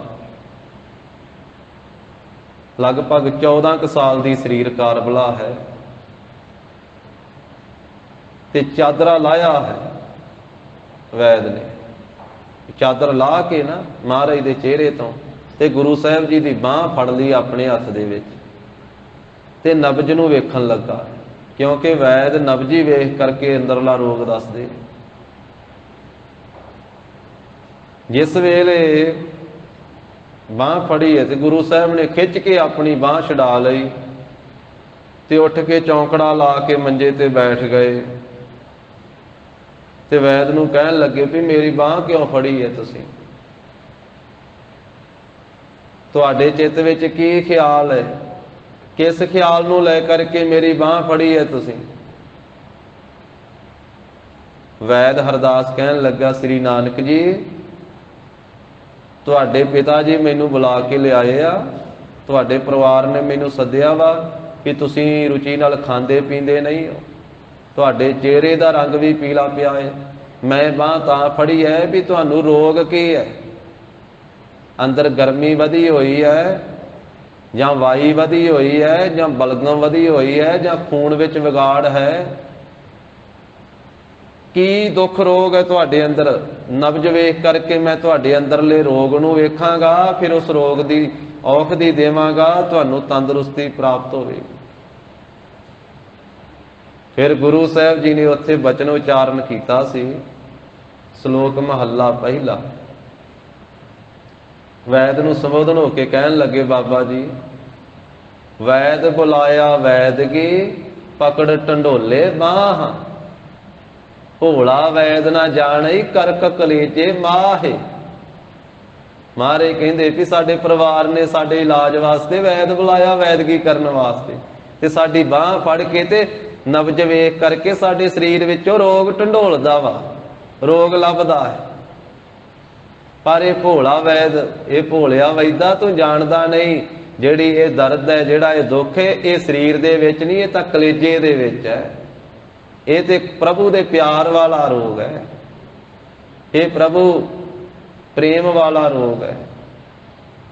ਫਿਰ ਮਹਾਰਾਜ ਸਾਹਿਬ ਕਹਿਣ ਲੱਗੇ ਵੈਦ ਅਰਦਾਸ ਨੂੰ ਕਿ ਪਹਿਲਾਂ ਤੁਸੀਂ ਆਪਣਾ ਰੋਗ ਤਾਂ ਠੀਕ ਕਰੋ, ਫਿਰ ਦੂਜੇ ਦਾ ਰੋਗ ਠੀਕ ਕਰਿਓ। ਤੁਹਾਨੂੰ ਤੇ ਆਪਣੇ ਆਪ ਨੂੰ ਰੋਗ ਲੱਗਾ ਹੋਇਆ। ਫਿਰ ਜੋ ਮਹਾਰਾਜ ਨੇ ਬਚਨ ਕਹੇ ਨਾ, ਉਹ ਦੂਜੇ ਪਾਤਸ਼ਾਹ ਜੀ ਨੇ ਆਪਣੇ ਬਚਨਾਂ ਵਿੱਚ ਅੰਕਿਤ ਕੀਤੇ ਆ, ਜੋ ਧੰਨ ਸ੍ਰੀ ਗੁਰੂ ਨਾਨਕ ਸਾਹਿਬ ਮਹਾਰਾਜ ਨੇ ਉਸ ਵੈਦ ਨੂੰ ਦੂਸਰੀ ਗੱਲ ਆਖੀ, ਵੈਦਾ ਵੈਦ ਸੁਵੈਦ ਤੂੰ ਪਹਿਲਾਂ ਰੋਗ ਪਛਾਣ, ਪਹਿਲਾਂ ਆਪਣੇ ਰੋਗ ਦੀ ਪਛਾਣ ਕਰ, ਤਾਂ ਤੂੰ ਵੈਦਾਂ ਵਿੱਚੋਂ ਸ੍ਰੇਸ਼ਟ ਵੈਦ ਹੈ। ਐਸੀ ਦਵਾਈ ਲਾ ਵਰਤ ਜਿਸ ਕਰਕੇ ਪਹਿਲਾਂ ਤੇਰਾ ਆਪਣਾ ਰੋਗ ਦੂਰ ਹੋਵੇ। ਉਹਨੇ ਫਿਰ ਬੇਨਤੀ ਕੀਤੀ ਤੇ ਮਹਾਰਾਜ ਕਹਿਣ ਲੱਗੇ ਕਿ ਜੇ ਰੋਗ ਪੁੱਛਣਾ ਚਾਹੁੰਦੇ ਹੋ ਨਾ, ਤੇ ਉਹਨਾਂ ਰੋਗਾਂ ਦੇ ਬਾਰੇ ਵੀ ਦੱਸਦੇ ਆ ਤੇ ਰੋਗਾਂ ਦਾ ਇਲਾਜ ਵੀ ਦੱਸਦੇ ਆ। ਵੈਦ ਹਰਦਾਸ ਨੇ ਪਹਿਲਾਂ ਵੀ ਮਹਾਰਾਜ ਦੀ ਮਹਿਮਾ ਸੁਣੀ ਸੀ ਕਿਸੇ ਕਿਸੇ ਦੇ ਪਾਸੋਂ, ਵੀ ਮਹਿਤਾ ਕਲਿਆਣ ਚੰਦ ਜੀ ਦੇ ਪੁੱਤਰ ਸ੍ਰੀ ਨਾਨਕ ਜੀ ਬਹੁਤ ਅਗੰਮੀ ਗੱਲਾਂ ਕਰਦੇ, ਡੂੰਘੀਆਂ ਗੱਲਾਂ ਕਰਦੇ, ਬੜੇ ਕੀਮਤੀ ਬਚਨ ਉਹਨਾਂ ਦੇ ਆ, ਲੋਕਾਂ ਤੋਂ ਵਡਿਆਈ ਸੁਣੀ ਸੀ ਮਹਾਰਾਜ ਦੀ। ਫਿਰ ਬੇਨਤੀ ਕੀਤੀ ਜੀ ਮੈਨੂੰ ਦੱਸੋ ਕਿਹੜੇ ਕਿਹੜੇ ਰੋਗ ਵਾ ਮੇਰੇ ਵਿੱਚ, ਉਹਨਾਂ ਦਾ ਕਿਹੜਾ ਕਿਹੜਾ ਇਲਾਜ ਹੈ। ਇਹ ਸਤਿਗੁਰੂ ਕਹਿਣ ਲੱਗੇ ਵੀ ਇਹ ਸਾਰੇ ਸੰਸਾਰ ਨੂੰ ਹੀ ਰੋਗ ਲੱਗੇ ਹੋਏ ਆ, ਤੇ ਤੈਨੂੰ ਦੱਸਦੇ ਆ ਤੇਰੇ 'ਚ ਕਿਹੜੇ ਕਿਹੜੇ ਰੋਗ ਆ। ਇੱਕ ਸਭ ਤੋਂ ਪਹਿਲਾ ਰੋਗ ਤੈਨੂੰ ਲੱਗਾ ਹਉਮੈ ਦਾ ਰੋਗ। ਇਹ ਇਕੱਲਾ ਵੈਦ ਤੈਨੂੰ ਹੀ ਨਹੀਂ ਲੱਗਾ, ਇਹ ਸਾਰੇ ਸੰਸਾਰ ਨੂੰ ਹਉਮੈ ਦਾ ਰੋਗ ਲੱਗਾ ਆ। ਹਉਮੈ ਸਾਰਿਆਂ ਨੂੰ ਚਿੰਬੜੀ ਹੋਈ ਹੈ, ਜਿੰਨੇ ਵੀ ਮਨੁੱਖਾ ਸਰੀਰ ਧਾਰੀ ਆ ਸਾਰਿਆਂ ਦੇ ਅੰਦਰ ਹਉਮੈ ਹੈ। ਹੰਗਤਾ ਮਮਤਾ ਦਾ ਰੋਗ ਲੱਗਾ ਹੋਇਆ। ਤੇ ਮਹਾਰਾਜ ਕਹਿਣ ਲੱਗੇ ਵੀ ਜੀਵ ਨੇ ਆਪਣੇ ਸਰੀਰ ਨੂੰ ਆਪ ਸਮਝਿਆ ਹੋਇਆ ਵੀ ਇਹ ਸਰੀਰ ਹੀ ਮੈਂ ਹਾਂ, ਪਰ ਸਤਿਗੁਰੂ ਕਹਿੰਦੇ ਇਹ ਸਰੀਰ ਇਹਨੂੰ ਮਿਲਿਆ ਹੋਇਆ ਹੈ, ਮਨੁੱਖਾ ਦੇਹ ਨੂੰ ਮਿਲੀ ਹੈ, ਇਹ ਸਰੀਰ ਨਹੀਂ ਹੈ। ਜਦੋਂ ਦੇਹ ਦੀ ਹੰਗਤਾ ਛੱਡੇਗਾ, ਦੇਹ ਦਾ ਅਭਿਮਾਨ ਤਿਆਗੇਗਾ ਵੀ ਇਹ ਦੇਹ ਮੈਂ ਨਹੀਂ ਹਾਂ, ਦੇਹ ਮੇਰੀ ਹੈ, ਇਹ ਮੈਨੂੰ ਵਾਹਿਗੁਰੂ ਨੇ ਦਿੱਤੀ ਹੈ, ਤੇ ਇੱਕ ਦਿਨ ਮੈਂ ਛੱਡ ਕੇ ਵੀ ਜਾਣਾ, ਇਹ ਦੇਹ ਨੂੰ ਇਹ ਛੱਡ ਕੇ ਚਲੇ ਜਾਣਾ। ਕਿਉਂਕਿ ਇਸ ਦੇਹ ਤੋਂ ਪਹਿਲਾਂ ਕਈ ਦੇਹਾਂ ਮਿਲੀਆਂ, ਜਿਹਦਾ ਜ਼ਿਕਰ ਗੁਰਬਾਣੀ 'ਚ ਗੁਰੂ ਸਾਹਿਬਾਂ ਨੇ ਪੰਜਵੇਂ ਸਰੂਪ 'ਚ ਵੀ ਕੀਤਾ ਵੀ ਉਹ ਦੇਹਾਂ ਕਦੀ ਪਸ਼ੂਆਂ ਦੀਆਂ ਮਿਲੀਆਂ, ਕਦੀ ਪੰਛੀਆਂ ਦੀਆਂ ਮਿਲੀਆਂ, ਕਦੀ ਕੀੜੇ ਮਕੌੜਿਆਂ ਦੀਆਂ ਵੀ ਮਿਲੀਆਂ, ਤੇ ਪਰਮੇਸ਼ਰ ਨੇ ਤਰਸ ਕਰਕੇ ਮਨੁੱਖ ਦੀ ਦੇਹ ਦੇ ਦਿੱਤੀ। ਹੁਣ ਤੂੰ ਦੇਹ ਨਹੀਂ, ਦੇਹ ਤੈਨੂੰ ਮਿਲੀ ਹੋਈ ਆ। ਜਿਵੇਂ ਪਹਿਲੀਆਂ ਦੇਹਾਂ ਮਿਲੀਆਂ ਸੀ ਉਹ ਨਹੀਂ ਤੇਰੇ ਪਾਸ ਰਹੀਆਂ, ਇਸੇ ਤਰ੍ਹਾਂ ਇਹ ਮਨੁੱਖ ਦੀ ਦੇਹ ਵੀ ਤੈਨੂੰ ਮਿਲੀ ਹੈ, ਤੇ ਇਹ ਵੀ ਤੇਰੇ ਪਾਸ ਨਹੀਂ ਰਹਿਣੀ। ਇਹ ਪਰਮੇਸ਼ਰ ਦੇ ਪਾਸ ਪਹੁੰਚਣ ਵਾਸਤੇ ਤੈਨੂੰ ਇੱਕ ਜਰੀਆ, ਇੱਕ ਢੰਗ, ਇੱਕ ਤਰੀਕਾ ਇਹਨੂੰ ਵਰਤਣ ਵਾਸਤੇ ਇਹ ਦਿੱਤਾ ਹੈ ਵੀ ਇਹਦੇ ਨਾਲ ਤੂੰ ਸਿਮਰਨ ਕਰ ਸਕਦਾ, ਇਹਦੇ ਨਾਲ ਸਤ ਸੰਗਤ ਕਰ ਸਕਦਾ, ਇਸ ਦੇਹ ਦੇ ਦੁਆਰਾ ਤੂੰ ਗੁਰੂ ਕੀ ਸ਼ਰਨੀ ਆ ਸਕਦਾ। ਇਸ ਦੇਹ ਨੂੰ ਗੁਰਬਾਣੀ ਦੇ ਅੰਦਰ ਪੌੜੀ ਵੀ ਆਖਿਆ ਵੀ ਇਹ ਇੱਕ ਪੌੜੀ ਦੀ ਤਰ੍ਹਾਂ, ਜਿਵੇਂ ਪੌੜੀ ਲਾ ਕੇ ਚੁਬਾਰੇ ਤੇ ਚੜ ਜਾਈਦਾ। ਪੌੜੀ ਚੁਬਾਰੇ ਤੇ ਚੜਨ ਵਾਸਤੇ ਹੈ, ਇਹ ਦੇਹ ਪ੍ਰਮਾਤਮਾ ਤੇ ਪਾਸ ਪਹੁੰਚਣ ਵਾਸਤੇ ਹੈ। ਇਸ ਦੇਹ ਨੂੰ ਗੁਰਬਾਣੀ ਦੇ ਅੰਦਰ ਘੋੜੀ ਵੀ ਆਖਿਆ, ਜਿਵੇਂ ਘੋੜੇ ਘੋੜੀ ਦੇ ਉੱਤੇ ਸਵਾਰੀ ਕਰਕੇ ਤੇ ਪੰਧ ਮਕਾਈ ਦਾ ਆਖਿਆ, ਇਹ ਸਫਰ ਮਕਾਉਣ ਵਾਸਤੇ ਆ। ਪੰਜਵੇਂ ਪਾਤਸ਼ਾਹ ਦੇ ਬੋਲ ਜਿਵੇਂ ਹਨ, ਕਈ ਜਨਮ ਭੈ ਕੀਟ ਪਤੰਗਾ, ਕਈ ਜਨਮ ਗਜ ਮੀਨ ਕੁਰੰਗਾ, ਕਈ ਜਨਮ ਪੰਖੀ ਸਰਪ ਹੋਇਓ, ਕਈ ਜਨਮ ਹੈਵਰ ਬ੍ਰਿਖ ਜੋਇਓ। ਅੱਗੇ ਕਿਹਾ ਮਿਲ ਜਗਦੀਸ਼ ਮਿਲਣ ਕੀ ਬਰੀਆ, ਚਿਰੰਕਾਲ ਇਹ ਦੇਹ ਸੰਜਰੀਆ। ਚਿਰ ਕਾਲ ਪਿੱਛੋਂ ਇਹ ਮਨੁੱਖਾ ਦੇਹ ਪ੍ਰਾਪਤ ਹੋਈ। ਸਤਿਗੁਰੂ ਵੈਦ ਨੂੰ ਕਹਿੰਦੇ ਆ, ਵੈਦ ਹਰਦਾਸ ਨੂੰ, ਧੰਨ ਸ੍ਰੀ ਗੁਰੂ ਨਾਨਕ ਦੇਵ ਸਾਹਿਬ ਮਹਾਰਾਜ, ਵੀ ਮਨੁੱਖ ਨੇ ਦੇਹ ਨੂੰ ਹੀ ਆਪਣਾ ਆਪਾ ਸਮਝਿਆ ਹੋਇਆ ਹੈ, ਪਰ ਦੇਹ ਦਾ ਅਭਿਮਾਨ ਛੱਡੇ ਵੀ ਦੇਹ ਮੈਨੂੰ ਪ੍ਰਾਪਤ ਹੋਈ ਆ, ਫਿਰ ਇਹ ਹਉਮੈ ਤੋਂ ਛੁੱਟ ਸਕਦਾ। ਸਤ ਸੰਗਤ ਕਰੇ, ਸਿਮਰਨ ਕਰੇ, ਦੇਹ ਅਭਿਮਾਨ ਤਿਆਗੇ। ਫਿਰ ਹੋਰ ਵੀ ਮਹਾਰਾਜ ਸਾਹਿਬ ਜੀ ਨੇ ਕਈ ਰੋਗ ਦੱਸੇ, ਉਹਦੇ ਵਿੱਚ ਹਉਮੈ ਦਾ ਰੋਗ ਦੱਸਿਆ ਵੀ ਇਹ ਜੀਵਾਂ ਨੂੰ ਵੱਡਾ ਲੱਗਾ ਹੋਇਆ ਹੈ, ਪਰ ਜਦੋਂ ਗੁਰੂ ਕੇ ਸ਼ਬਦਾਂ ਦੀ ਕਮਾਈ ਕਰੇਗਾ ਫਿਰ ਇਹ ਹਉਮੈ ਦਾ ਰੋਗ ਇਹਦਾ ਨਿਵਰਤ ਹੋਵੇਗਾ। ਹਉਮੈ ਦੀਰਘ ਰੋਗ ਹੈ, दारू ਪੀਏ ਸਮਾਹੇ, ਕਿਰਪਾ ਕਰੇ ਜੇ ਆਪਣੀ ਤਾਂ ਗੁਰ ਕਾ ਸ਼ਬਦ ਕਮਾਹੇ। ਨਾਨਕ ਕਹੈ ਸੁਨੋ ਜਨੋ ਇਤ ਸੰਜਮ ਦੁਖ ਜਾਹੇ। ਗੁਰੂ ਕੇ ਨਾਮ ਦੀ ਦਵਾਈ ਵਰਤਦਿਆਂ, ਸੰਜਮ ਰੱਖਦਿਆਂ ਇਹ ਹਉਮੈ ਦਾ ਰੋਗ ਦੂਰ ਹੋਵੇਗਾ। ਵੈਦ ਨੂੰ ਨਿਹਾਲ ਕਰਕੇ ਤੋਰਿਆ, ਜਿਹੜਾ ਮਹਾਰਾਜ ਦਾ ਇਲਾਜ ਕਰਨ ਵਾਸਤੇ ਆਇਆ ਸੀ, ਉਹਦੇ ਅੰਦਰ ਮਹਾਰਾਜ ਨੇ ਰੋਗ ਦੱਸੇ, ਉਹਨਾਂ ਰੋਗਾਂ ਦਾ ਇਲਾਜ ਵੀ ਦੱਸਿਆ ਵੀ ਪਰਾਏ ਦਾ ਜਸ ਵੇਖ ਕੇ, ਪਰਾਏ ਦੇ ਗੁਣ ਵੇਖ ਕੇ, ਪਰਾਏ ਦਾ ਧਨ ਵੇਖ ਕੇ, ਪਰਾਏ ਦੀ ਸੋਭਾ ਵੇਖ ਕੇ ਜਿਹੜਾ ਅੰਦਰ ਸਾੜਾ ਪੈਦਾ ਹੋਣਾ ਹੈ ਨਾ, ਸਤਿਗੁਰੂ ਕਹਿੰਦੇ ਬੁਖਾਰ ਦਾ ਰੋਗ ਲੱਗਾ ਹੋਇਆ ਜੀਵਾਂ ਨੂੰ। ਇਹ ਅੰਦਰਲਾ ਬੁਖਾਰ ਹੈ। ਇੱਕ ਸਰੀਰ ਤੇ ਬੁਖਾਰ ਚੜ੍ਹਦਾ ਹੈ ਨਾ ਤਰ੍ਹਾਂ ਤਰ੍ਹਾਂ ਦਾ, ਕਿਸੇ ਨੂੰ ਤੇਈਆ ਤਾਪ, ਕਿਸੇ ਨੂੰ ਟਾਈਫਾਇਡ, ਕਿਸੇ ਨੂੰ 101, ਕਿਸੇ ਨੂੰ 102, ਕਿਸੇ ਨੂੰ 103। ਤੇ ਜਿਹੜਾ ਇਹ ਦੂਸਰੇ ਦੇ ਗੁਣਾਂ ਨੂੰ, ਦੂਸਰੇ ਦੀ ਸੋਭਾ ਨੂੰ, ਦੂਸਰੇ ਦੇ ਧਨ ਨੂੰ, ਦੂਸਰੇ ਦੇ ਕਾਰੋਬਾਰ ਨੂੰ ਵੇਖ ਕੇ ਅੰਦਰ ਸਾੜਾ ਪੈਦਾ ਹੋਣਾ ਹੈ, ਮਹਾਰਾਜ ਕਹਿੰਦੇ ਇਹ ਅੰਦਰਲਾ ਬੁਖਾਰ ਆ। ਔਰ ਇਹ ਨਿਵਰਤ ਹੋਵੇਗਾ ਜਿਸ ਵੇਲੇ ਸਾਰਿਆਂ ਨਾਲ ਮੈਤਰੀ ਭਾਵ ਕਰੇਗਾ, ਸਾਰਿਆਂ ਨਾਲ ਮਿੱਤਰਤਾ ਕਰੇਗਾ। ਜਿਵੇਂ ਮਿੱਤਰ ਦੀ ਵਡਿਆਈ ਹੋਵੇ ਤੇ ਮਿੱਤਰ ਖੁਸ਼ ਹੁੰਦਾ ਹੈ।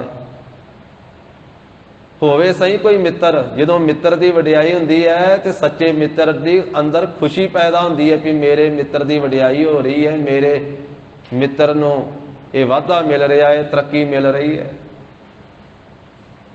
ਇਸੇ ਤਰ੍ਹਾਂ ਮਹਾਰਾਜ ਸਾਹਿਬ ਕਹਿੰਦੇ ਵੀ ਆਪਣੇ ਗੁਣਾਂ ਦਾ ਜਿਹੜਾ ਮਾਣ ਕਰਨਾ, ਆਪਣੇ ਧਨ ਦਾ ਮਾਣ ਕਰਨਾ, ਆਪਣੀ ਸੋਭਾ ਦਾ ਮਾਣ ਕਰਨਾ, ਇਹ ਹੈ ਇੱਕ ਤਰ੍ਹਾਂ ਦਾ ਇਹ ਵੀ ਰੋਗ। ਇਹ ਤਾਂ ਦੂਰ ਹੋ ਸਕਦਾ ਹੈ ਕਿ ਜੋ ਕੁਝ ਪ੍ਰਾਪਤ ਹੋਇਆ ਇਹ ਸਮਝੇ ਵੀ ਇਹ ਸਾਰਾ ਕੁਝ ਵਾਹਿਗੁਰੂ ਪਰਮੇਸ਼ਰ ਨੇ ਦਿੱਤਾ ਹੈ, ਉਹਨੇ ਤਰਸ ਕਰਕੇ ਦਿੱਤਾ। ਦਿੱਤਾ ਤੇ ਵਾਹਿਗੁਰੂ ਨੇ, ਪਰ ਬੰਦਾ ਹੰਕਾਰ ਕਰਦਾ ਵੀ ਮੇਰਾ ਧਨ, ਮੇਰੀ ਦੌਲਤ, ਮੇਰੀ ਜ਼ਮੀਨ, ਮੇਰੀ ਜਾਇਦਾਦ, ਮੇਰਾ ਸਰੀਰ, ਮੇਰੀ ਸੋਭਾ, ਮੇਰੇ ਗੁਣ।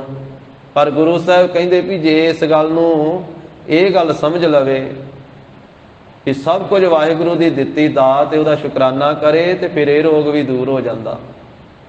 ਤੋਦੇ ਆਗੇ ਅਰਦਾਸ ਹਮਾਰੀ ਜੀਓ ਪਿੰਡ ਸਭ ਤੇਰਾ, ਕਹੋ ਨਾਨਕ ਸਭ ਤੇਰੀ ਵਡਿਆਈ, ਕੋਈ ਨਾਉ ਨਾ ਜਾਣੈ ਮੇਰਾ।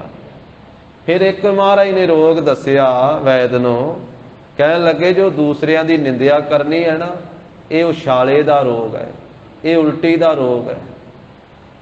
ਜਿਵੇਂ ਇਹ ਜੀਵ ਉਛਾਲੀ ਕਰਦਾ ਹੈ, ਉਲਟੀ ਕਰਦਾ, ਇਸੇ ਤਰ੍ਹਾਂ ਇਹ ਨਿੰਦਿਆ ਕਰਦਾ ਰਹਿੰਦਾ ਹੈ। ਤੇ ਇਹ ਗੁਰੂ ਸਾਹਿਬ ਜੀ ਦੇ ਬਚਨਾਂ ਰੂਪੀ ਚੂਰਨ ਨੂੰ ਧਾਰਨ ਕਰੇ ਤੇ ਤਾਂ ਇਹ ਰੋਗ ਦੂਰ ਹੋ ਸਕਦਾ। ਉਸ ਵੈਦ ਨੂੰ ਨਿਹਾਲ ਕਰਕੇ ਭੇਜਿਆ ਮਹਾਰਾਜ ਨੇ। ਤੇ ਸਤਿਗੁਰੂ ਜੀ ਨੇ ਦੱਸਿਆ ਕਿ ਜੀਵਾਂ ਨੂੰ ਇਹ ਹਉਮੈ ਦਾ ਰੋਗ ਲੱਗਾ ਹੋਇਆ ਵੱਡਾ, ਤ੍ਰਿਸ਼ਨਾ ਦਾ ਰੋਗ ਵੱਡਾ ਲੱਗਾ ਹੋਇਆ, ਤੇ ਹਉਮੈ ਦਾ ਰੋਗ ਵੀ ਸਤਿਗੁਰੂ ਸਾਹਿਬ ਵੀ ਕੱਟਦੇ। ਇਸ ਕਰਕੇ ਮਹਾਰਾਜ ਕਹਿੰਦੇ ਬੇਨਤੀ ਕਰੀਏ ਕਿ ਆਪਣੇ ਸਿਮਰਨ ਭਜਨ ਕਰਨ ਵਾਲਿਆਂ ਦੀ ਸੰਗਤ ਵਿੱਚ ਸਾਨੂੰ ਮਿਲੋ, ਜਿਸ ਕਰਕੇ ਸਾਡਾ ਹਉਮੈ ਦਾ ਰੋਗ ਨਿਵਰਤ ਹੋ ਜਾਵੇ। ਸੰਤ ਜਨਾ ਕੈ ਸੰਗ ਹਉਮੈ ਰੋਗ ਜਾਏ। ਸੰਤ ਜਨਾਂ ਦੀ ਸੰਗਤ ਵਿੱਚ ਸਾਡਾ ਇਹ ਹਉਮੈ ਦਾ ਹੰਕਾਰ ਦਾ ਰੋਗ ਨਿਵਰਤ ਹੋ ਜਾਵੇ। ਸਰਬ ਨਿਰੰਤਰ ਖਸਮ, ਤਾਂ ਫਿਰ ਸਾਰੇ ਪਾਸੇ ਅਸੀਂ ਇੱਕ ਰਸ ਵੇਖੀਏ ਕਿ ਜੋ ਖਸਮ ਮਾਲਕ ਹੈ ਉਹ ਸਾਰਿਆਂ ਦੇ ਅੰਦਰ ਇੱਕ ਰਸ, ਇੱਕੋ ਰਬ ਰਹਿਆ, ਇੱਕੋ ਹੀ ਵਿਆਪਕ ਹੋ ਰਿਹਾ ਹੈ।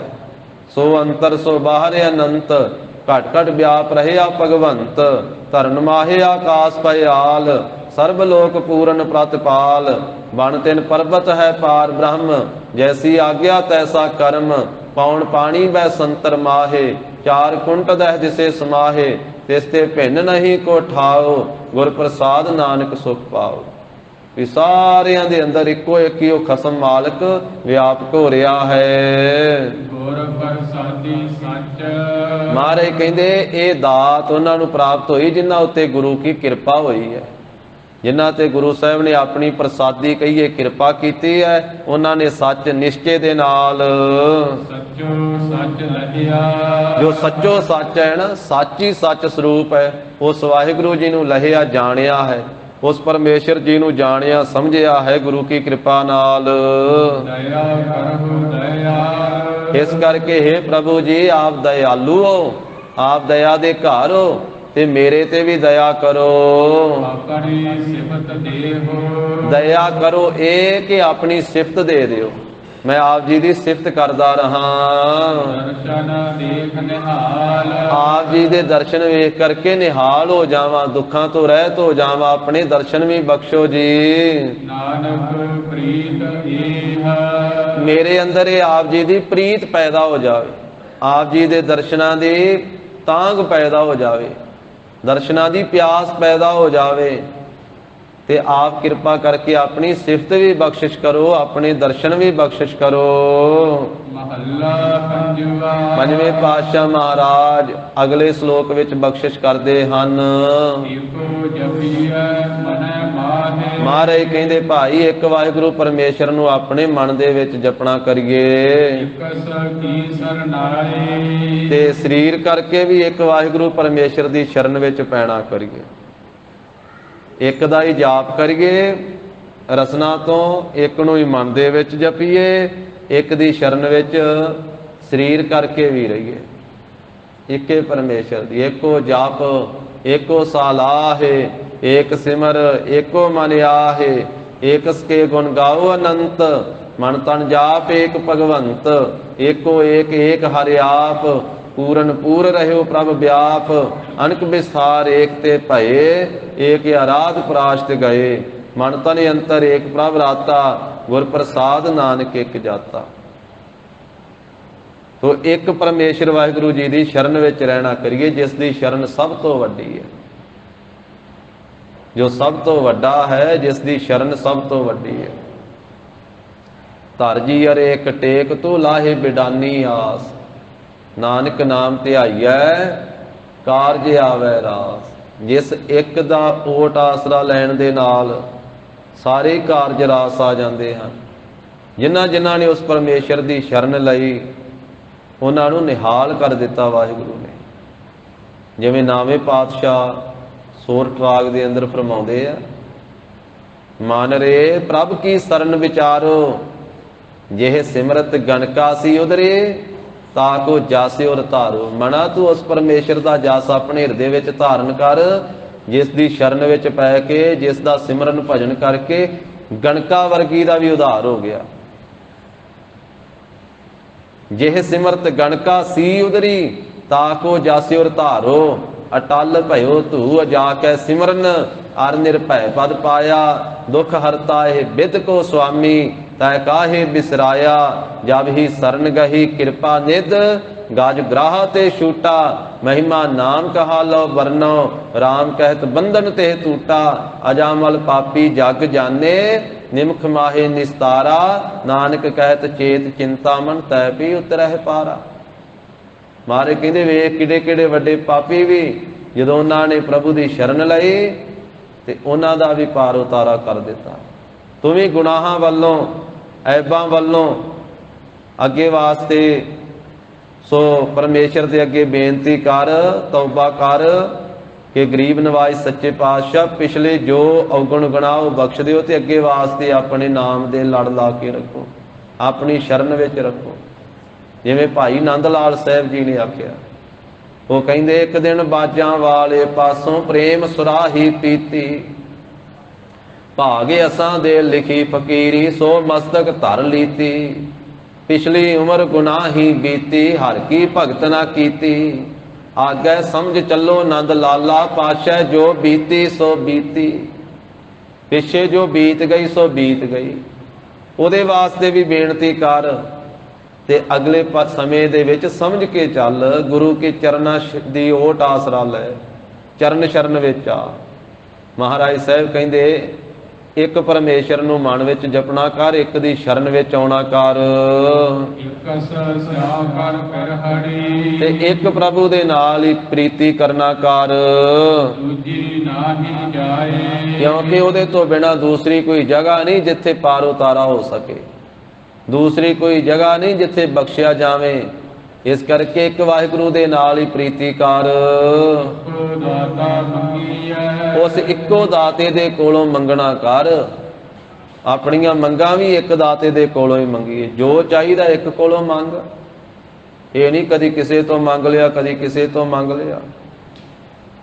ਇਹ ਵੀ ਬਾਣੀ ਚ ਮਹਾਰਾਜ ਨੇ ਬਚਨ ਕਹਿ ਵੀ ਜੇ ਆਪਣੇ ਘਰ ਵਿੱਚ ਸਭ ਕੁਝ ਹੋਵੇ ਤੇ ਪਰਾਏ ਦੇ ਘਰਾਂ ਵਿੱਚ ਮੰਗਣ ਜਾਈਏ, ਉਹ ਲਾਮਾ ਮਿਲਦਾ ਹੈ ਵੀ ਤੇਰੇ ਤੇ ਆਪਣੇ ਘਰੇ ਸਭ ਕੁਝ ਹੈਗਾ, ਤੂੰ ਗੁਆਂਢੀਆਂ ਵੱਲੋਂ ਮੰਗਦਾ ਫਿਰਦਾ। ਜੇਕਰ ਹੁੰਦਾ ਮੰਗਣ ਜਾਈਏ ਫਿਰ ਉਹ ਲਾਮਾ ਮਿਲੇ ਤਹੀ। ਜੇ ਧੰਨ ਸ੍ਰੀ ਗੁਰੂ ਨਾਨਕ ਦੇਵ ਸਾਹਿਬ ਮਹਾਰਾਜ ਦੇ ਘਰ ਨੂੰ ਛੱਡ ਕੇ ਤੇ ਹੋਰ ਥਾਂ ਥਾਂ ਦੇ ਉੱਤੇ ਕੋਈ ਹੰਨੇ ਦੀ, ਕੋਈ ਬੰਨੇ ਦੀ, ਕੋਈ ਪਹਾੜਾਂ ਵਾਲੇ ਰੰਨੇ ਦੀ, ਕੋਈ ਢੋਲ ਢਮੱਕਾ ਸਰਵਰ ਦਾ, ਕਦੀ ਕਿਸੇ ਕਬਰ ਤੇ, ਕਦੀ ਕਿਸੇ ਮੱਟ ਤੇ, ਕਦੀ ਕਿਸੇ ਭੂਤ ਤੇ, ਕਦੀ ਕਿਸੇ ਪ੍ਰੇਤ ਤੇ, ਕਦੀ ਕਿਸੇ ਕਮਲੇ ਕੋਲੇ, ਕਦੀ ਕਿਸੇ ਸਿਆਣੇ ਕੋਲੇ, ਥਾਂ ਥਾਂ ਤੇ ਮੰਗਦੇ ਫਿਰ ਗਏ ਤੇ ਫਿਰ ਉਲਾਮਾ ਹੀ ਮਿਲਦਾ ਹੈ। ਇਸ ਕਰਕੇ ਗਰੀਬ ਨਵਾਜ਼ ਸਾਹਿਬ ਕਹਿੰਦੇ ਇੱਕੋ ਦਾਤਾ ਮੰਗੀਏ, ਇੱਕ ਦਾਤੇ ਦੇ ਕੋਲੋਂ ਹੀ ਮੰਗੀਏ, ਕਿਉਂਕਿ ਦਾਤਾ ਤੇ ਇੱਕੋ ਹੀ ਹੈ, ਬਾਕੀ ਤੇ ਸਾਰੇ ਭਿਖਾਰੀ ਆ, ਦਾਤਾ ਤੇ ਇੱਕ ਹੀ ਹੈ। ਸਭਨਾ ਜੀਆਂ ਕਾ ਇੱਕ ਦਾਤਾ, ਸਭਨਾ ਜੀਆਂ ਕਾ ਇੱਕ ਦਾਤਾ, ਸਭਨਾ ਜੀਆਂ ਕਾ ਇੱਕ ਦਾਤਾ, ਸਭਨਾ ਜੀਆਂ ਕਾ ਇੱਕ ਦਾਤਾ। ਸੋ ਮੈਂ ਵਿਸਰ ਨਾ ਜਾਏ, ਸੋ ਮੈਂ ਵਿਸਰ ਨਾ ਜਾਏ, ਸੋ ਮੈਂ ਵਿਸਰ ਨਾ ਜਾਈ, ਸੋ ਮੈਂ ਵਿਸਰ ਨਾ ਜਾਈ। ਦੱਦਾ ਦਾਤਾ ਏਕ ਹੈ, ਸਭ ਕੋ ਦੇਵਨਹਾਰ, ਦੱਦਾ ਦਾਤਾ ਏਕ ਹੈ, ਸਭ ਕੋ ਦੇਵਨਹਾਰ। ਦੇਂਦੇ ਟੋਟ ਨ ਆਵਈ, ਅਗਣਤ ਭਰੇ ਭੰਡਾਰ, ਦਿੰਦੇ ਟੋਟ ਨ ਆਵਈ, ਅਗਣਤ ਭਰੇ ਭੰਡਾਰ। ਪਰਮੇਸ਼ਰ ਦਾਤਾ ਹੈ, ਇੱਕੋ ਹੀ ਦਾਤਾ ਹੈ, ਵੱਡਾ ਦਾਤਾ ਹੈ, ਜਿਸ ਨੂੰ ਤਿਲ ਜਿੰਨਾ ਵੀ ਤਮਾ ਨਹੀਂ। ਵੱਡਾ ਦਾਤਾ ਤਿਲ ਨਾ ਤਮਾਏ, ਕੋਈ ਖਾਹਸ਼ ਹੀ ਨਹੀਂ ਰੱਖਦਾ ਕਿ ਮੇਰੇ ਤੋਂ ਮੰਗਣ ਵਾਲਾ ਵੀ ਮੈਨੂੰ ਕੁਝ ਦੇਵੇ, ਐਸਾ ਦਾਤਾ। ਧੰਨ ਸ੍ਰੀ ਗੁਰੂ ਨਾਨਕ ਦੇਵ ਸਾਹਿਬ ਮਹਾਰਾਜ ਕਹਿੰਦੇ ਭਾਈ ਮਰਦਾਨਿਆ, ਕਰਤਾਰ ਐਸਾ ਦਾਤਾ ਹੈ ਜਿਸ ਨੂੰ ਸਾਰੀ ਸ੍ਰਿਸ਼ਟੀ ਦਾ ਹੀ ਫਿਕਰ ਹੈ, ਜਿਸ ਨੂੰ ਸਾਰੀ ਸ੍ਰਿਸ਼ਟੀ ਦੀ ਚਿੰਤਾ ਹੈ। ਵੇਖ ਭਾਈ ਮਰਦਾਨਿਆ, ਪਰਮੇਸ਼ਰ ਵਾਹਿਗੁਰੂ ਜੀ ਨੇ ਦੇਹ ਬਾਅਦ ਵਿੱਚ ਪੈਦਾ ਕੀਤੀ ਹੈ ਤੇ ਦੇਹ ਦਾ ਭੋਜਨ ਪਹਿਲਾਂ ਪੈਦਾ ਕੀਤਾ। ਜਨਮ ਬਾਅਦ ਵਿੱਚ ਦਿੱਤਾ ਹੈ, ਖੁਰਾਕ ਪਹਿਲਾਂ ਪੈਦਾ ਕੀਤੀ ਹੈ। ਸੁਣ ਮਰਦਾਨੇ, ਲੈ ਸਦਾ ਸਭ ਕੀ ਸੁਧ ਕਰਤਾਰ, ਦੇਹ ਬਣੀ ਪਛਾਤ ਹੈ, ਪੂਰਬ ਬਣਾ ਆਹਾਰ। ਦੇਹ ਬਾਅਦ ਵਿੱਚ ਬਣੀ ਹੈ, ਭੋਜਨ ਪਹਿਲਾਂ ਬਣਿਆ, ਆਹਾਰ ਪਹਿਲਾਂ ਬਣਿਆ। ਉਹ ਪਰਮੇਸ਼ਰ ਐਸਾ ਦਾਤਾ ਹੈ ਤੇ ਜੁਗਾਂ ਜੁਗੰਤਰਾਂ ਤੋਂ ਦੇ ਹੀ ਜਾਂਦਾ, ਨਾ ਥੱਕਦਾ ਤੇ ਨਾ ਅੱਕਦਾ। ਉਹ ਦਾਤਾ ਇਸੇ ਕਰਕੇ ਉਸੇ ਨੂੰ ਆਖਿਆ। ਲੈਣ ਵਾਲੇ ਥੱਕ ਵੀ ਜਾਂਦੇ, ਅੱਕ ਵੀ ਜਾਂਦੇ, ਪਰ ਦੇਣ ਵਾਲਾ ਨਹੀਂ ਉਹ ਅੱਕਦਾ ਥੱਕਦਾ। ਆਖਰ ਸਵਾਸ ਪੂਰੇ ਹੋ ਜਾਂਦੇ, ਖਾਂਦਿਆਂ ਖਾਂਦਿਆਂ ਮੂੰਹ ਚੋਂ ਦੰਦ ਹੀ ਮੁੱਕ ਜਾਂਦੇ ਆ, ਘਸ ਜਾਂਦੇ ਆ, ਲੱਥ ਜਾਂਦੇ, ਝੜ ਜਾਂਦੇ। ਖਾਂਦਿਆਂ ਖਾਂਦਿਆਂ ਮੋਹ ਇਕੱਠਾ, ਪੈ ਨੰਦਿਆ ਸਭ ਅੰਗ, ਨਾਨਕ ਧ੍ਰਿਗ ਤਿਨਾ ਕਾ ਜੀਵਿਆ, ਜਿਨ ਸੱਚ ਨਾ ਲਾਗੋ ਰੰਗ। ਦੇਂਦਾ ਦੇ, ਲੈਂਦੇ ਥੱਕ ਪਾਹੇ, ਜੁਗਾ ਜੁਗੰਤਰ ਖਾਹੀ ਖਾਹੇ। ਫਿਰ ਕੱਲੇ ਮਨੁੱਖਾਂ ਨੂੰ ਹੀ ਨਹੀਂ ਦਿੰਦਾ। ਧੰਨ ਗੁਰੂ ਗ੍ਰੰਥ ਸਾਹਿਬ ਮਹਾਰਾਜ ਕਹਿੰਦੇ 84 ਲੱਖ ਜੋਨ ਉਪਾਏ, ਰਿਜਕ ਦੀਆ ਸਭ ਹੂ ਕੋ ਤਦ ਕਾ। ਜਦੋਂ ਤੋਂ ਸ੍ਰਿਸ਼ਟੀ ਪੈਦਾ ਕੀਤੀ, 84 ਲੱਖ ਜੂਨ ਪੈਦਾ ਕੀਤੇ, ਉਦੋਂ ਤੋਂ ਹੀ ਸਾਰਿਆਂ ਨੂੰ ਰਿਜਕ ਦੇ ਰਿਹਾ ਹੈ। ਪੱਥਰਾਂ ਦੇ ਵਿੱਚ ਵੀ ਪੈਦਾ ਕੀਤੇ, ਉਹਨਾਂ ਨੂੰ ਵੀ ਦੇ ਰਿਹਾ। ਜਿੱਥੇ ਕੋਈ ਸੁਰਾਖ ਨਹੀਂ, ਕੋਈ ਛੇਕ ਨਹੀਂ, ਕੋਈ ਛਿੱਦਰ ਨਹੀਂ। ਸੈਲ ਪੱਥਰ ਮਹਿ ਜੰਤੇ ਉਪਾਏ, ਤਾਕਾ ਰਿਜਕ ਆਗੇ ਕਰ ਧਰਿਆ। ਉਸ ਇੱਕ ਦਾਤੇ ਕੋਲੋਂ ਮੰਗੀਏ। ਅਥਵਾ ਇੱਕੋ ਦਾਤਾ ਮੰਗੀਏ, ਇਕੱਲੇ ਦਾਤੇ ਕੋਲੋਂ ਦਾਤਾ ਹੀ ਨਾ ਮੰਗਦੇ ਰਹੀਏ। ਮਹਾਰਾਜ ਕਹਿੰਦੇ ਉਸ ਇੱਕ ਦਾਤੇ ਨੂੰ ਹੀ ਮੰਗ ਲਈਏ। ਜਿੱਥੇ ਦਾਤਾ ਆ ਗਿਆ ਦਾਤਾਂ ਤੇ ਆਪੇ ਆ ਜਾਣੀਆਂ ਭਾਈ। ਉਸ ਇੱਕ ਦਾਤੇ ਨੂੰ ਹੀ ਮੰਗ ਲੈਣਾ ਕਰੀਏ, ਪਰਮੇਸ਼ਰ ਨੂੰ ਮੰਗੀਏ ਕਿ ਵਾਹਿਗੁਰੂ ਜੀ ਜਿੱਥੇ ਤੁਸੀਂ ਬੇਅੰਤ ਦਾਤਾਂ ਦਿੱਤੀਆਂ ਉੱਥੇ ਆਪ ਵੀ ਸਾਡੇ ਹਿਰਦੇ ਵਿੱਚ ਵਾਸਾ ਕਰੋ। ਫਿਰ ਸਾਰਾ ਕੁਝ ਹੀ ਪੱਲੇ ਪੈ ਜਾਵੇਗਾ। ਹਿਰਦੇ ਰੂਪੀ ਪੱਲੇ ਵਿੱਚ ਸਭ ਗਿਆਨ, ਧਿਆਨ, ਨਾਮ, ਸਿਮਰਨ, ਭਜਨ, ਸਾਰੀਆਂ ਦਾਤਾਂ, ਸਾਰੀਆਂ ਬਰਕਤਾਂ ਪੱਲੇ ਪੈ ਜਾਣਗੀਆਂ। ਮਹਾਰਾਜ ਕਹਿੰਦੇ ਮਨ ਕਰਕੇ, ਤਨ ਕਰਕੇ ਤੇ ਸਵਾਸਾਂ ਦੀ ਕਿਰਿਆ ਦੁਆਰਾ ਤੇ ਗਰਾਸ, ਸਾਸ ਕਹਿੰਦੇ ਆ ਜਿਹੜੇ ਆਪਣੇ ਸਵਾਸ ਬਾਹਰ ਨੂੰ ਆ ਰਹੇ, ਗਰਾਸ ਕਹਿੰਦੇ ਜਿਹੜਾ ਬਾਹਰੋਂ ਅੰਦਰ ਨੂੰ ਜਾ ਰਿਹਾ ਉਹਨੂੰ ਗਰਾਸ ਬਣ ਜਾਂਦਾ। ਸਾਸ ਤੇ ਗਰਾਸ ਦੀ ਕਿਰਿਆ, ਤੇ ਗਰਾਸ ਭੋਜਨ ਦਾ ਨਾਮ ਵੀ ਹੈ, ਗ੍ਰਾਹੀ ਦਾ ਨਾਮ ਵੀ ਹੈ। ਸਵਾਸ ਲੈਂਦੇ ਆ ਮਨ ਕਰਕੇ, ਤਨ ਕਰਕੇ ਤੇ ਗਰਾਸ ਭੋਜਨ ਛਕਦੇ ਆ। ਇੱਕੋ ਇੱਕ ਪ੍ਰਭੂ ਨੂੰ ਧਿਆਉਣਾ ਕਰੀਏ। ਉਹ ਪਰਮੇਸ਼ਰ ਵਾਹਿਗੁਰੂ ਇੱਕੋ ਇੱਕ ਵਾਹਿਗੁਰੂ ਜੀ ਨੂੰ ਧਿਆਉਣਾ ਕਰੀਏ ਮਨ ਕਰਕੇ, ਤਨ ਕਰਕੇ, ਸਾਸ ਗਰਾਸ ਦੁਆਰਾ। ਅੰਮ੍ਰਿਤ ਨਾਮ ਨਿਧਾਨ ਸੱਚ। ਮਹਾਰਾਜ ਕਹਿੰਦੇ ਉਹ ਜੋ ਪਰਮੇਸ਼ਰ ਵਾਹਿਗੁਰੂ ਹੈ ਨਾ ਉਸ ਦਾ ਮਿਰਤੂ ਤੋਂ ਰਹਿਤ ਕਰਨ ਵਾਲਾ ਨਾਮ ਜੋ ਨਿਧਾਨ ਖਜ਼ਾਨਾ ਹੈ ਸੱਚਾ, ਗੁਰਮੁਖ ਪਾਇਆ ਜਾਏ। ਉਹ ਭਾਈ ਗੁਰੂ ਕੀ ਸ਼ਰਨ ਵਿੱਚ ਪੈ ਕਰਕੇ ਪਾਇਆ ਜਾਂਦਾ ਹੈ, ਪ੍ਰਾਪਤ ਹੁੰਦਾ ਹੈ, ਗੁਰਮੁਖਾਂ ਨੇ ਪਾਇਆ ਹੈ। ਜਿਨ੍ਹਾਂ ਨੇ ਉਹ ਸੱਚੇ ਨਾਮ ਖਜ਼ਾਨੇ ਨੂੰ ਪ੍ਰਾਪਤ ਕੀਤਾ ਉਹ ਵੱਡਿਆਂ ਭਾਗਾਂ ਵਾਲੇ ਹੋ ਗਏ ਤੇ ਉਹ ਸੰਤ ਜਨ ਬਣ ਗਏ। ਜਿਨ੍ਹਾਂ ਦੇ ਮਨ ਵਿੱਚ ਵਾਹਿਗੁਰੂ ਜੀ ਦਾ ਨਾਮ ਰੂਪੀ ਖਜ਼ਾਨਾ ਵਸ ਗਿਆ ਨਾ, ਤੇ ਨਾਮ ਐਸੀ ਦੌਲਤ ਹੈ, ਨਾਮ ਐਸਾ ਖਜ਼ਾਨਾ ਹੈ ਕਿ ਜਿਨ੍ਹਾਂ ਦੇ ਹਿਰਦੇ 'ਚ ਨਾਮ ਦਾ ਵਾਸਾ ਹੋ ਗਿਆ, ਨਾਮ ਨੇ ਉਹਨਾਂ ਨੂੰ ਸੰਤ ਬਣਾ ਦਿੱਤਾ, ਉਹਨਾਂ ਨੂੰ ਭਗਤ ਬਣਾ ਦਿੱਤਾ, ਉਹਨਾਂ ਨੂੰ ਗੁਰਮੁਖ ਬਣਾ ਦਿੱਤਾ, ਉਹਨਾਂ ਨੂੰ ਮਹਾਂਪੁਰਖ ਬਣਾ ਦਿੱਤਾ। ਇਸ ਕਰਕੇ ਭਗਤਾਂ ਨੇ ਆਖਿਆ ਵੀ ਭਾਈ ਜੇ ਲੁੱਟਣਾ ਹੈ ਤੇ ਨਾਮ ਹੀ ਲੁੱਟਣਾ ਚਾਹੀਦਾ ਹੈ। ਕਬੀਰ ਲੁੱਟਣਾ ਹੈ ਤਾਂ ਲੂਟ ਲੈ, ਰਾਮ ਨਾਮ ਹੈ ਲੂਟ। ਸਤ ਸੰਗਤ ਵਿੱਚ ਰਾਮ ਦੇ ਨਾਮ ਦੀ, ਵਾਹਿਗੁਰੂ ਦੇ ਨਾਮ ਦੀ ਲੁੱਟ ਲੱਗੀ ਹੋਈ ਹੈ। ਇੱਥੇ ਕੋਈ ਚੋਰੀ ਆ ਕੇ ਵੀ ਬੈਠ ਕੇ ਕੋਈ 5 ਮਿੰਟ, ਕੋਈ 10 ਮਿੰਟ, ਕੋਈ ਘੜੀ, ਕੋਈ 2 ਘੜੀਆਂ, ਕੋਈ ਅੱਧਾ ਘੰਟਾ, ਕੋਈ ਘੰਟਾ, ਕੋਈ 2-2.5 ਘੰਟੇ, ਜਿੰਨਾ ਵੀ ਸਮਾਂ ਕੋਈ ਬਹਿ ਕੇ ਇੱਥੇ ਜਪ ਜਾਵੇ, ਨਾਮ ਸੁਣ ਲਵੇ। ਜੇ ਕੋਈ ਚੋਰੀ ਵੀ ਬਹਿ ਕਰਕੇ ਸਤ ਸੰਗਤ ਕਰ ਲਵੇ ਨਾ, ਨਾਮ ਦਾ ਧਨ ਲੁੱਟ ਲਵੇ, ਤੇ ਲੁੱਟਣ ਵਾਲਾ ਫਿਰ ਲੁਟੇਰਾ ਨਹੀਂ ਬਣਦਾ, ਲੁੱਟਣ ਵਾਲਾ ਸੰਤ ਬਣ ਜਾਂਦਾ ਹੈ, ਲੁੱਟਣ ਵਾਲਾ ਭਗਤ ਬਣ ਜਾਂਦਾ ਹੈ। ਘਰਦਿਆਂ ਨੂੰ ਨਾ ਵੀ ਪਤਾ ਲੱਗਣ ਦਵੇ, ਅੰਮ੍ਰਿਤ ਵੇਲੇ ਉੱਠ ਕੇ ਇਸ਼ਨਾਨ ਕਰਕੇ ਮੂਲ ਮੰਤਰ, ਗੁਰ ਮੰਤਰ ਦਾ ਜਾਪ ਕਰੇ, ਸਿਮਰਨ ਭਜਨ ਕਰੇ, ਤੇ ਨਾਮ ਨੂੰ ਲੁੱਟਣ ਵਾਲਾ ਭਗਤ ਸੰਤ ਬਣ ਜਾਂਦਾ ਹੈ। ਕਬੀਰ ਲੂਟਣਾ ਹੈ ਤਾਂ ਲੂਟ ਲੈ, ਰਾਮ ਨਾਮ ਹੈ ਲੂਟ। ਫਿਰ ਪਾਸ਼ਾ ਪਛਤਾਹੋਗੇ ਜਬ ਪ੍ਰਾਣ ਜਾਹੇਂਗੇ ਛੂਟ। ਜਦੋਂ ਪ੍ਰਾਣ ਛੁੱਟ ਗਏ ਫਿਰ ਤਾਂ ਪਛਤਾਪ ਹੀ ਰਹਿ ਜਾਵੇਗਾ। ਇਸ ਕਰਕੇ ਮਹਾਰਾਜ ਕਹਿੰਦੇ ਜਿਨ੍ਹਾਂ ਨੇ ਨਾਮ ਰੂਪੀ ਖਜ਼ਾਨਾ ਪ੍ਰਾਪਤ ਕੀਤਾ ਉਹ ਵਡਭਾਗੀ ਹੋ ਗਏ, ਉਹ ਸੰਤ ਜਨ ਹੋ ਗਏ ਜਿਨ੍ਹਾਂ ਦੇ ਮਨ ਵਿੱਚ ਨਾਮ ਵਸਿਆ ਹੈ। ਜਿਨ੍ਹਾਂ ਦੇ ਮਨ ਵਿੱਚ ਆ ਕਰਕੇ ਵਸਿਆ ਹੈ ਨਾਮ ਵਾਹਿਗੁਰੂ ਜੀ ਦਾ। ਉਹ ਪਰਮੇਸ਼ਰ ਜਲਾਂ ਵਿੱਚ, ਥਲਾਂ ਵਿੱਚ, ਧਰਤੀ ਆਕਾਸ਼ ਵਿੱਚ ਵਿਆਪਕ ਹੋ ਰਿਹਾ ਹੈ। ਉਹਦੇ ਤੋਂ ਬਿਨਾਂ ਦੂਜਾ ਐਸਾ ਸਮਰੱਥ ਸਰਬ ਸ਼ਕਤੀਮਾਨ ਨਹੀਂ ਹੈ। ਪੰਜਵੇਂ ਪਾਤਸ਼ਾਹ ਕਹਿੰਦੇ ਅਸੀਂ ਐਸੇ ਪਰਮੇਸ਼ਰ ਦਾ ਨਾਮ ਧਿਆਉਂਦੇ ਆ ਮਨ ਕਰਕੇ, ਐਸੇ ਵਾਹਿਗੁਰੂ ਜੀ ਦਾ ਨਾਮ ਉਚਾਰਨ ਕਰਦੇ ਆ ਰਸਨਾ ਕਰਕੇ, ਤੇ ਐਸੇ ਖਸਮ ਮਾਲਕ ਦੇ ਰਜਾ ਵਿੱਚ ਰਹਿੰਦੇ ਆ ਤਨ ਕਰਕੇ, ਸਰੀਰ ਕਰਕੇ ਵੀ ਉਸ ਮਾਲਕ ਦੀ ਰਜਾ ਵਿੱਚ ਹਾਂ, ਪੌੜੀ ਦੇ ਵਿੱਚ ਬਖਸ਼ਿਸ਼ ਕਰਦੇ ਹਨ ਜੀ। ਇਹ ਪ੍ਰਭੂ ਜਿਸ ਦਾ ਰਾਖੀ ਕਰਨ ਵਾਲਾ ਰਖਵਾਲਾ ਤੂੰ ਆਪ ਬਣਦਾ ਹੈ, ਇਸ ਨੂੰ ਕੌਣ ਮਾਰ ਸਕਦਾ ਹੈ? ਕੋਈ ਵੀ ਮਾਰ ਨਹੀਂ ਸਕਦਾ।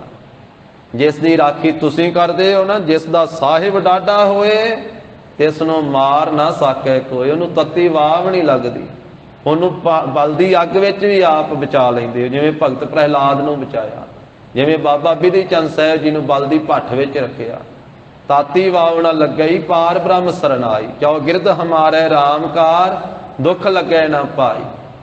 ਸੇਕ ਨਹੀਂ ਲੱਗਣ ਦਿੰਦੇ, ਲੱਗਣ ਦੇ ਇਤਨਾ ਸੇਕ। ਜਦੋਂ ਆਪ ਵਿੱਚ ਰਾਖੀ ਕਰਨ ਵਾਲੇ ਬਣ ਜਾਂਦੇ ਹੋ, ਇੱਕ ਵਾਲ ਵੀ, ਇੱਕ ਰੋਮ ਵੀ ਵਿੰਗਾ ਨਹੀਂ ਹੋਣ ਦਿੰਦੇ। ਸੇਕ ਤਾਂ ਕੀ ਲੱਗਣਾ, ਅੱਗ ਤਾਂ ਕੀ ਲੱਗਣੀ ਹੈ। ਵਿੱਚ ਕਰਤਾ ਪੁਰਖ ਖਲੋਆ, ਵਾਲ ਨਾ ਵਿੰਗਾ ਹੋਆ। ਮਾਰੇ ਤਿਸ ਕੌਣ, ਤਿਸ ਨੂੰ ਕੌਣ ਮਾਰ ਸਕਦਾ ਹੈ ਜਿਸ ਦੀ ਰਾਖੀ ਕਰਨ ਵਾਲੇ ਤੁਸੀਂ ਬਣਦੇ ਹੋ। हे ਪ੍ਰਭੂ, ਜਿਸ ਦਾ ਰਖਵਾਲਾ ਤੂੰ ਬਣ ਜਾਣਾ ਹੈ। ਮਹਾਰਾਜ ਕਹਿੰਦੇ ਤਿਸ ਜੀਵ ਨੇ, ਭੈਣ ਨਾਮ ਹੈ ਸਰੀਰ ਦਾ, ਇਸ ਸਰੀਰ ਨੂੰ ਉਸਨੇ ਜਿੱਤ ਲੈਣਾ ਕੀਤਾ। ਇਹ ਅਥਵਾ ਭੈਣ, हे ਭੈਣੇ, ਉਸ ਗੁਰਮੁਖ ਨੇ ਆਪਣੇ ਮਨ ਨੂੰ ਜਿੱਤ ਲਿਆ। ਤੇ ਭੈਣ ਨਾਮ ਭਵਨ ਦਾ ਵੀ ਹੈ। ਭਵਨ ਨਾਮ ਤ੍ਰਿਭਵਨ ਕਰਦੇ ਹਨ ਫਿਰ ਗੁਰਮੁਖ ਅਰਥ। ਇਹ ਤਿੰਨਾਂ ਭਵਨਾਂ ਨੂੰ ਹੀ ਉਸਨੇ ਜਿੱਤ ਲਿਆ, ਸਾਰੇ ਸੰਸਾਰ ਨੂੰ ਹੀ ਉਸਨੇ ਜਿੱਤ ਲਿਆ। ਜਿਸ ਦਾ ਰਖਵਾਲਾ ਵਾਹਿਗੁਰੂ ਬਣ ਜਾਂਦਾ ਹੈ, ਕਿਉਂਕਿ ਉਹਨੇ ਆਪਣੇ ਮਨ ਨੂੰ ਜਿੱਤ ਲਿਆ। ਮਨ ਨੂੰ ਜਿੱਤਣਾ ਹੀ ਜੱਗ ਨੂੰ ਜਿੱਤਣਾ ਹੈ। ਮਨ ਜੀਤੈ ਜੱਗ ਜੀਤ। ਉਸਨੇ ਸਾਰੀ ਸ੍ਰਿਸ਼ਟੀ ਨੂੰ ਹੀ ਜਿੱਤ ਲਿਆ, ਜਿਸ ਦਾ ਰਖਵਾਲਾ ਪ੍ਰਭੂ ਤੁਸੀਂ ਆਪ ਬਣਦੇ ਹੋ। ਤੇ ਜਿਸ ਜੀਵ ਨੂੰ ਤੇਰਾ ਪੱਖ ਪ੍ਰਾਪਤ ਹੋ ਜਾਂਦਾ ਹੈ, ਜਿਹਦੇ ਅੰਗ ਦੇ ਵਿੱਚ, ਜਿਸ ਦੇ ਪੱਖ ਦੇ ਵਿੱਚ ਤੁਸੀਂ ਖਲੋ ਜਾਂਦੇ ਹੋ, ਤਿਸ ਮੁਖ ਉਜਲਾ, ਤਿਸ ਜੀਵ ਦਾ ਮੁਖ ਉਜਲਾ ਹੋ ਜਾਂਦਾ ਹੈ ਜਿਨ੍ਹਾਂ ਨੇ ਆਪ ਜੀ ਦੇ ਨਾਮ ਨੂੰ ਧਿਆਇਆ, ਜਿਹਦੇ ਪੱਖ ਵਿੱਚ ਆਪ ਜੀ ਹੁੰਦੇ ਹੋ। ਜਿਸ ਜੀਵ ਨੂੰ ਪ੍ਰਭੂ ਤੇਰਾ ਪੱਖ ਪ੍ਰਾਪਤ ਹੁੰਦਾ ਹੈ, ਤੇਰਾ ਸਾਥ ਮਿਲਦਾ ਹੈ, ਉਹ ਪਵਿੱਤਰਾਂ ਨਾਲੋਂ ਪਵਿੱਤਰ ਹੈ। ਉਹ ਨਿਰਮਲੀ ਹੂੰ ਨਿਰਮਲਾ, ਉਹ ਨਿਰਮਲਾ ਨਾਲੋਂ ਵੀ ਨਿਰਮਲ ਕਹਿੰਦੇ ਪਵਿੱਤਰ ਨੂੰ। ਪਵਿੱਤਰਾਂ ਵਿੱਚੋਂ ਪਵਿੱਤਰ ਹੈ, ਉਹ ਨਿਰਮਲਿਆਂ ਵਿੱਚੋਂ ਨਿਰਮਲ ਹੈ, ਉਹ ਉਜਲਾ ਵਿੱਚੋਂ ਉਜਲਾ ਹੈ। ਉਹਦਾ ਮਨ ਵੀ ਉਜਲਾ ਹੈ, ਉਹਦਾ ਤਨ ਵੀ ਉਜਲਾ ਹੈ। ਤੇ ਜਿਸ ਜੀਵ ਨੂੰ ਹੈ ਪ੍ਰਭੂ ਤੇਰੀ ਮਿਹਰ ਦੀ ਨਦਰ ਪ੍ਰਾਪਤ ਹੁੰਦੀ ਹੈ, ਉਹਦੇ ਫਿਰ ਲੇਖੇ ਦੇ ਕਾਗਜ਼ ਹੀ ਪਾੜ ਦਿੱਤੇ ਜਾਂਦੇ। ਧਰਮ ਰਾਏ ਦਰ ਕਾਗਜ਼ ਫਾਰੇ, ਜਨ ਨਾਨਕ ਲੇਖਾ ਸਮਝਾ। ਜਿਸ ਦੇ ਉੱਤੇ ਆਪ ਜੀ ਦੀ ਮਿਹਰ ਦੀ ਨਜ਼ਰ ਹੋ ਜਾਂਦੀ, ਉਹਨੂੰ ਲੇਖਾ ਨਹੀਂ ਪੁੱਛਿਆ ਜਾਂਦਾ, ਕਿਉਂਕਿ ਉਹ ਮਾਲਕ ਪਰਮੇਸ਼ਰ ਦਾ, ਵਾਹਿਗੁਰੂ ਜੀ ਦਾ ਮਿਹਰ ਦਾ ਹੱਥ ਹੋ ਜਾਂਦਾ ਹੈ। ਕਹਿੰਦੇ ਇਹਦੇ ਤੋਂ ਲੇਖਾ ਕੋਈ ਨਹੀਂ ਪੁੱਛਣਾ, ਇਹਨੂੰ ਸਿੱਧਾ ਹੀ ਲੰਘਾ ਕੇ ਲੈ ਆਓ। ਇਸ ਕਰਕੇ ਨਹੀਂ ਲੇਖਾ ਪੁੱਛਿਆ ਜਾਂਦਾ। ਜਿਸ ਜੀਵ ਨੂੰ ਪ੍ਰਭੂ ਤੇਰੀ ਖੁਸ਼ੀ ਪ੍ਰਾਪਤ ਹੋ ਜਾਂਦੀ ਹੈ, ਤਿਨਾਂ ਜੀਵਾਂ ਨੇ ਫਿਰ 9 ਨਿਧੀਆਂ ਦਾ ਖਜ਼ਾਨਾ ਭੋਗਣਾ ਕੀਤਾ, ਉਹਨਾਂ ਨੂੰ 9 ਨਿਧੀਆਂ ਮਿਲ ਜਾਂਦੀਆਂ। 9 ਨਿਧੀਆਂ ਦੇਣ ਵਾਲਾ ਨਾਮ ਮਿਲ ਜਾਂਦਾ, ਭੋਗਦੇ ਹਨ। ਤੇ ਜਿਸ ਦੇ ਹੈ ਪ੍ਰਭੂ ਤੂੰ ਵੱਲ ਹੋ ਜਾਣਾ ਹੈ, ਜਿਸ ਦੇ ਪੱਖ ਦੇ ਵਿੱਚ, ਜਿਸ ਦੇ ਵੱਲ ਤੂੰ ਖਲੋ ਜਾਣਾ ਹੈ, ਤਿਸ ਜੀਵ ਨੇ ਫਿਰ ਕਿਸੇ ਦੀ ਕੀ ਮੁਥਾਜੀ ਕਰਨੀ ਹੈ, ਕੀ ਅਧੀਨਗੀ ਕਬੂਲਣੀ ਹੈ। ਜਿਸ ਦੇ ਉੱਤੇ ਤੇਰੀ ਮਿਹਰ ਹੁੰਦੀ ਹੈ, ਮਿਹਰਬਾਨ ਵਾਹਿਗੁਰੂ ਜੀ, ਉਹੀ ਜੀਵ ਤੇਰੀ ਬੰਦਗੀ ਕਰਦਾ, ਦੂਜਾ ਬੰਦਗੀ ਨਹੀਂ ਕਰ ਸਕਦਾ। ਤੇਰੀ ਬੰਦਗੀ ਵੀ ਉਹ ਕਰਦਾ ਹੈ ਜਿਹਦੇ ਉੱਤੇ ਤੇਰੀ ਆਪਣੀ ਮਿਹਰ ਹੁੰਦੀ ਹੈ, ਜਿਹਦੇ ਤੇ ਤੁਸੀਂ ਆਪ ਬਖਸ਼ਿਸ਼ ਕਰਦੇ ਹੋ, ਜਿਹਦੇ ਤੋਂ ਸਿਮਰਨ ਕਰਾਉਣਾ ਚਾਹੁੰਦੇ ਹੋ, ਉਹੀ ਆਪ ਜੀ ਦਾ ਸਿਮਰਨ ਕਰਦਾ ਹੈ, ਉਹੀ ਆਪ ਜੀ ਦੀ ਬੰਦਗੀ ਕਰਦਾ ਹੈ। ਸੇ ਸਿਮਰਹਿ ਜਿਨੇ ਆਪ ਸਿਮਰਾਏ, ਨਾਨਕ ਤਾਕੈ ਲਾਗੋ ਪਾਏ। ਇਸ ਕਰਕੇ ਮਹਾਰਾਜ ਸਾਹਿਬ ਤੋਂ ਤਰਲਾ ਪਾ ਕੇ ਬੰਦਗੀ ਮੰਗੀਏ, ਸਿਮਰਨ ਭਜਨ ਮੰਗੀਏ ਕਿ ਵਾਹਿਗੁਰੂ ਜੀ ਆਪ ਕਿਰਪਾ ਕਰੋ, ਕਿਰਪਾ ਕਰਕੇ ਬਖਸ਼ ਲਓ।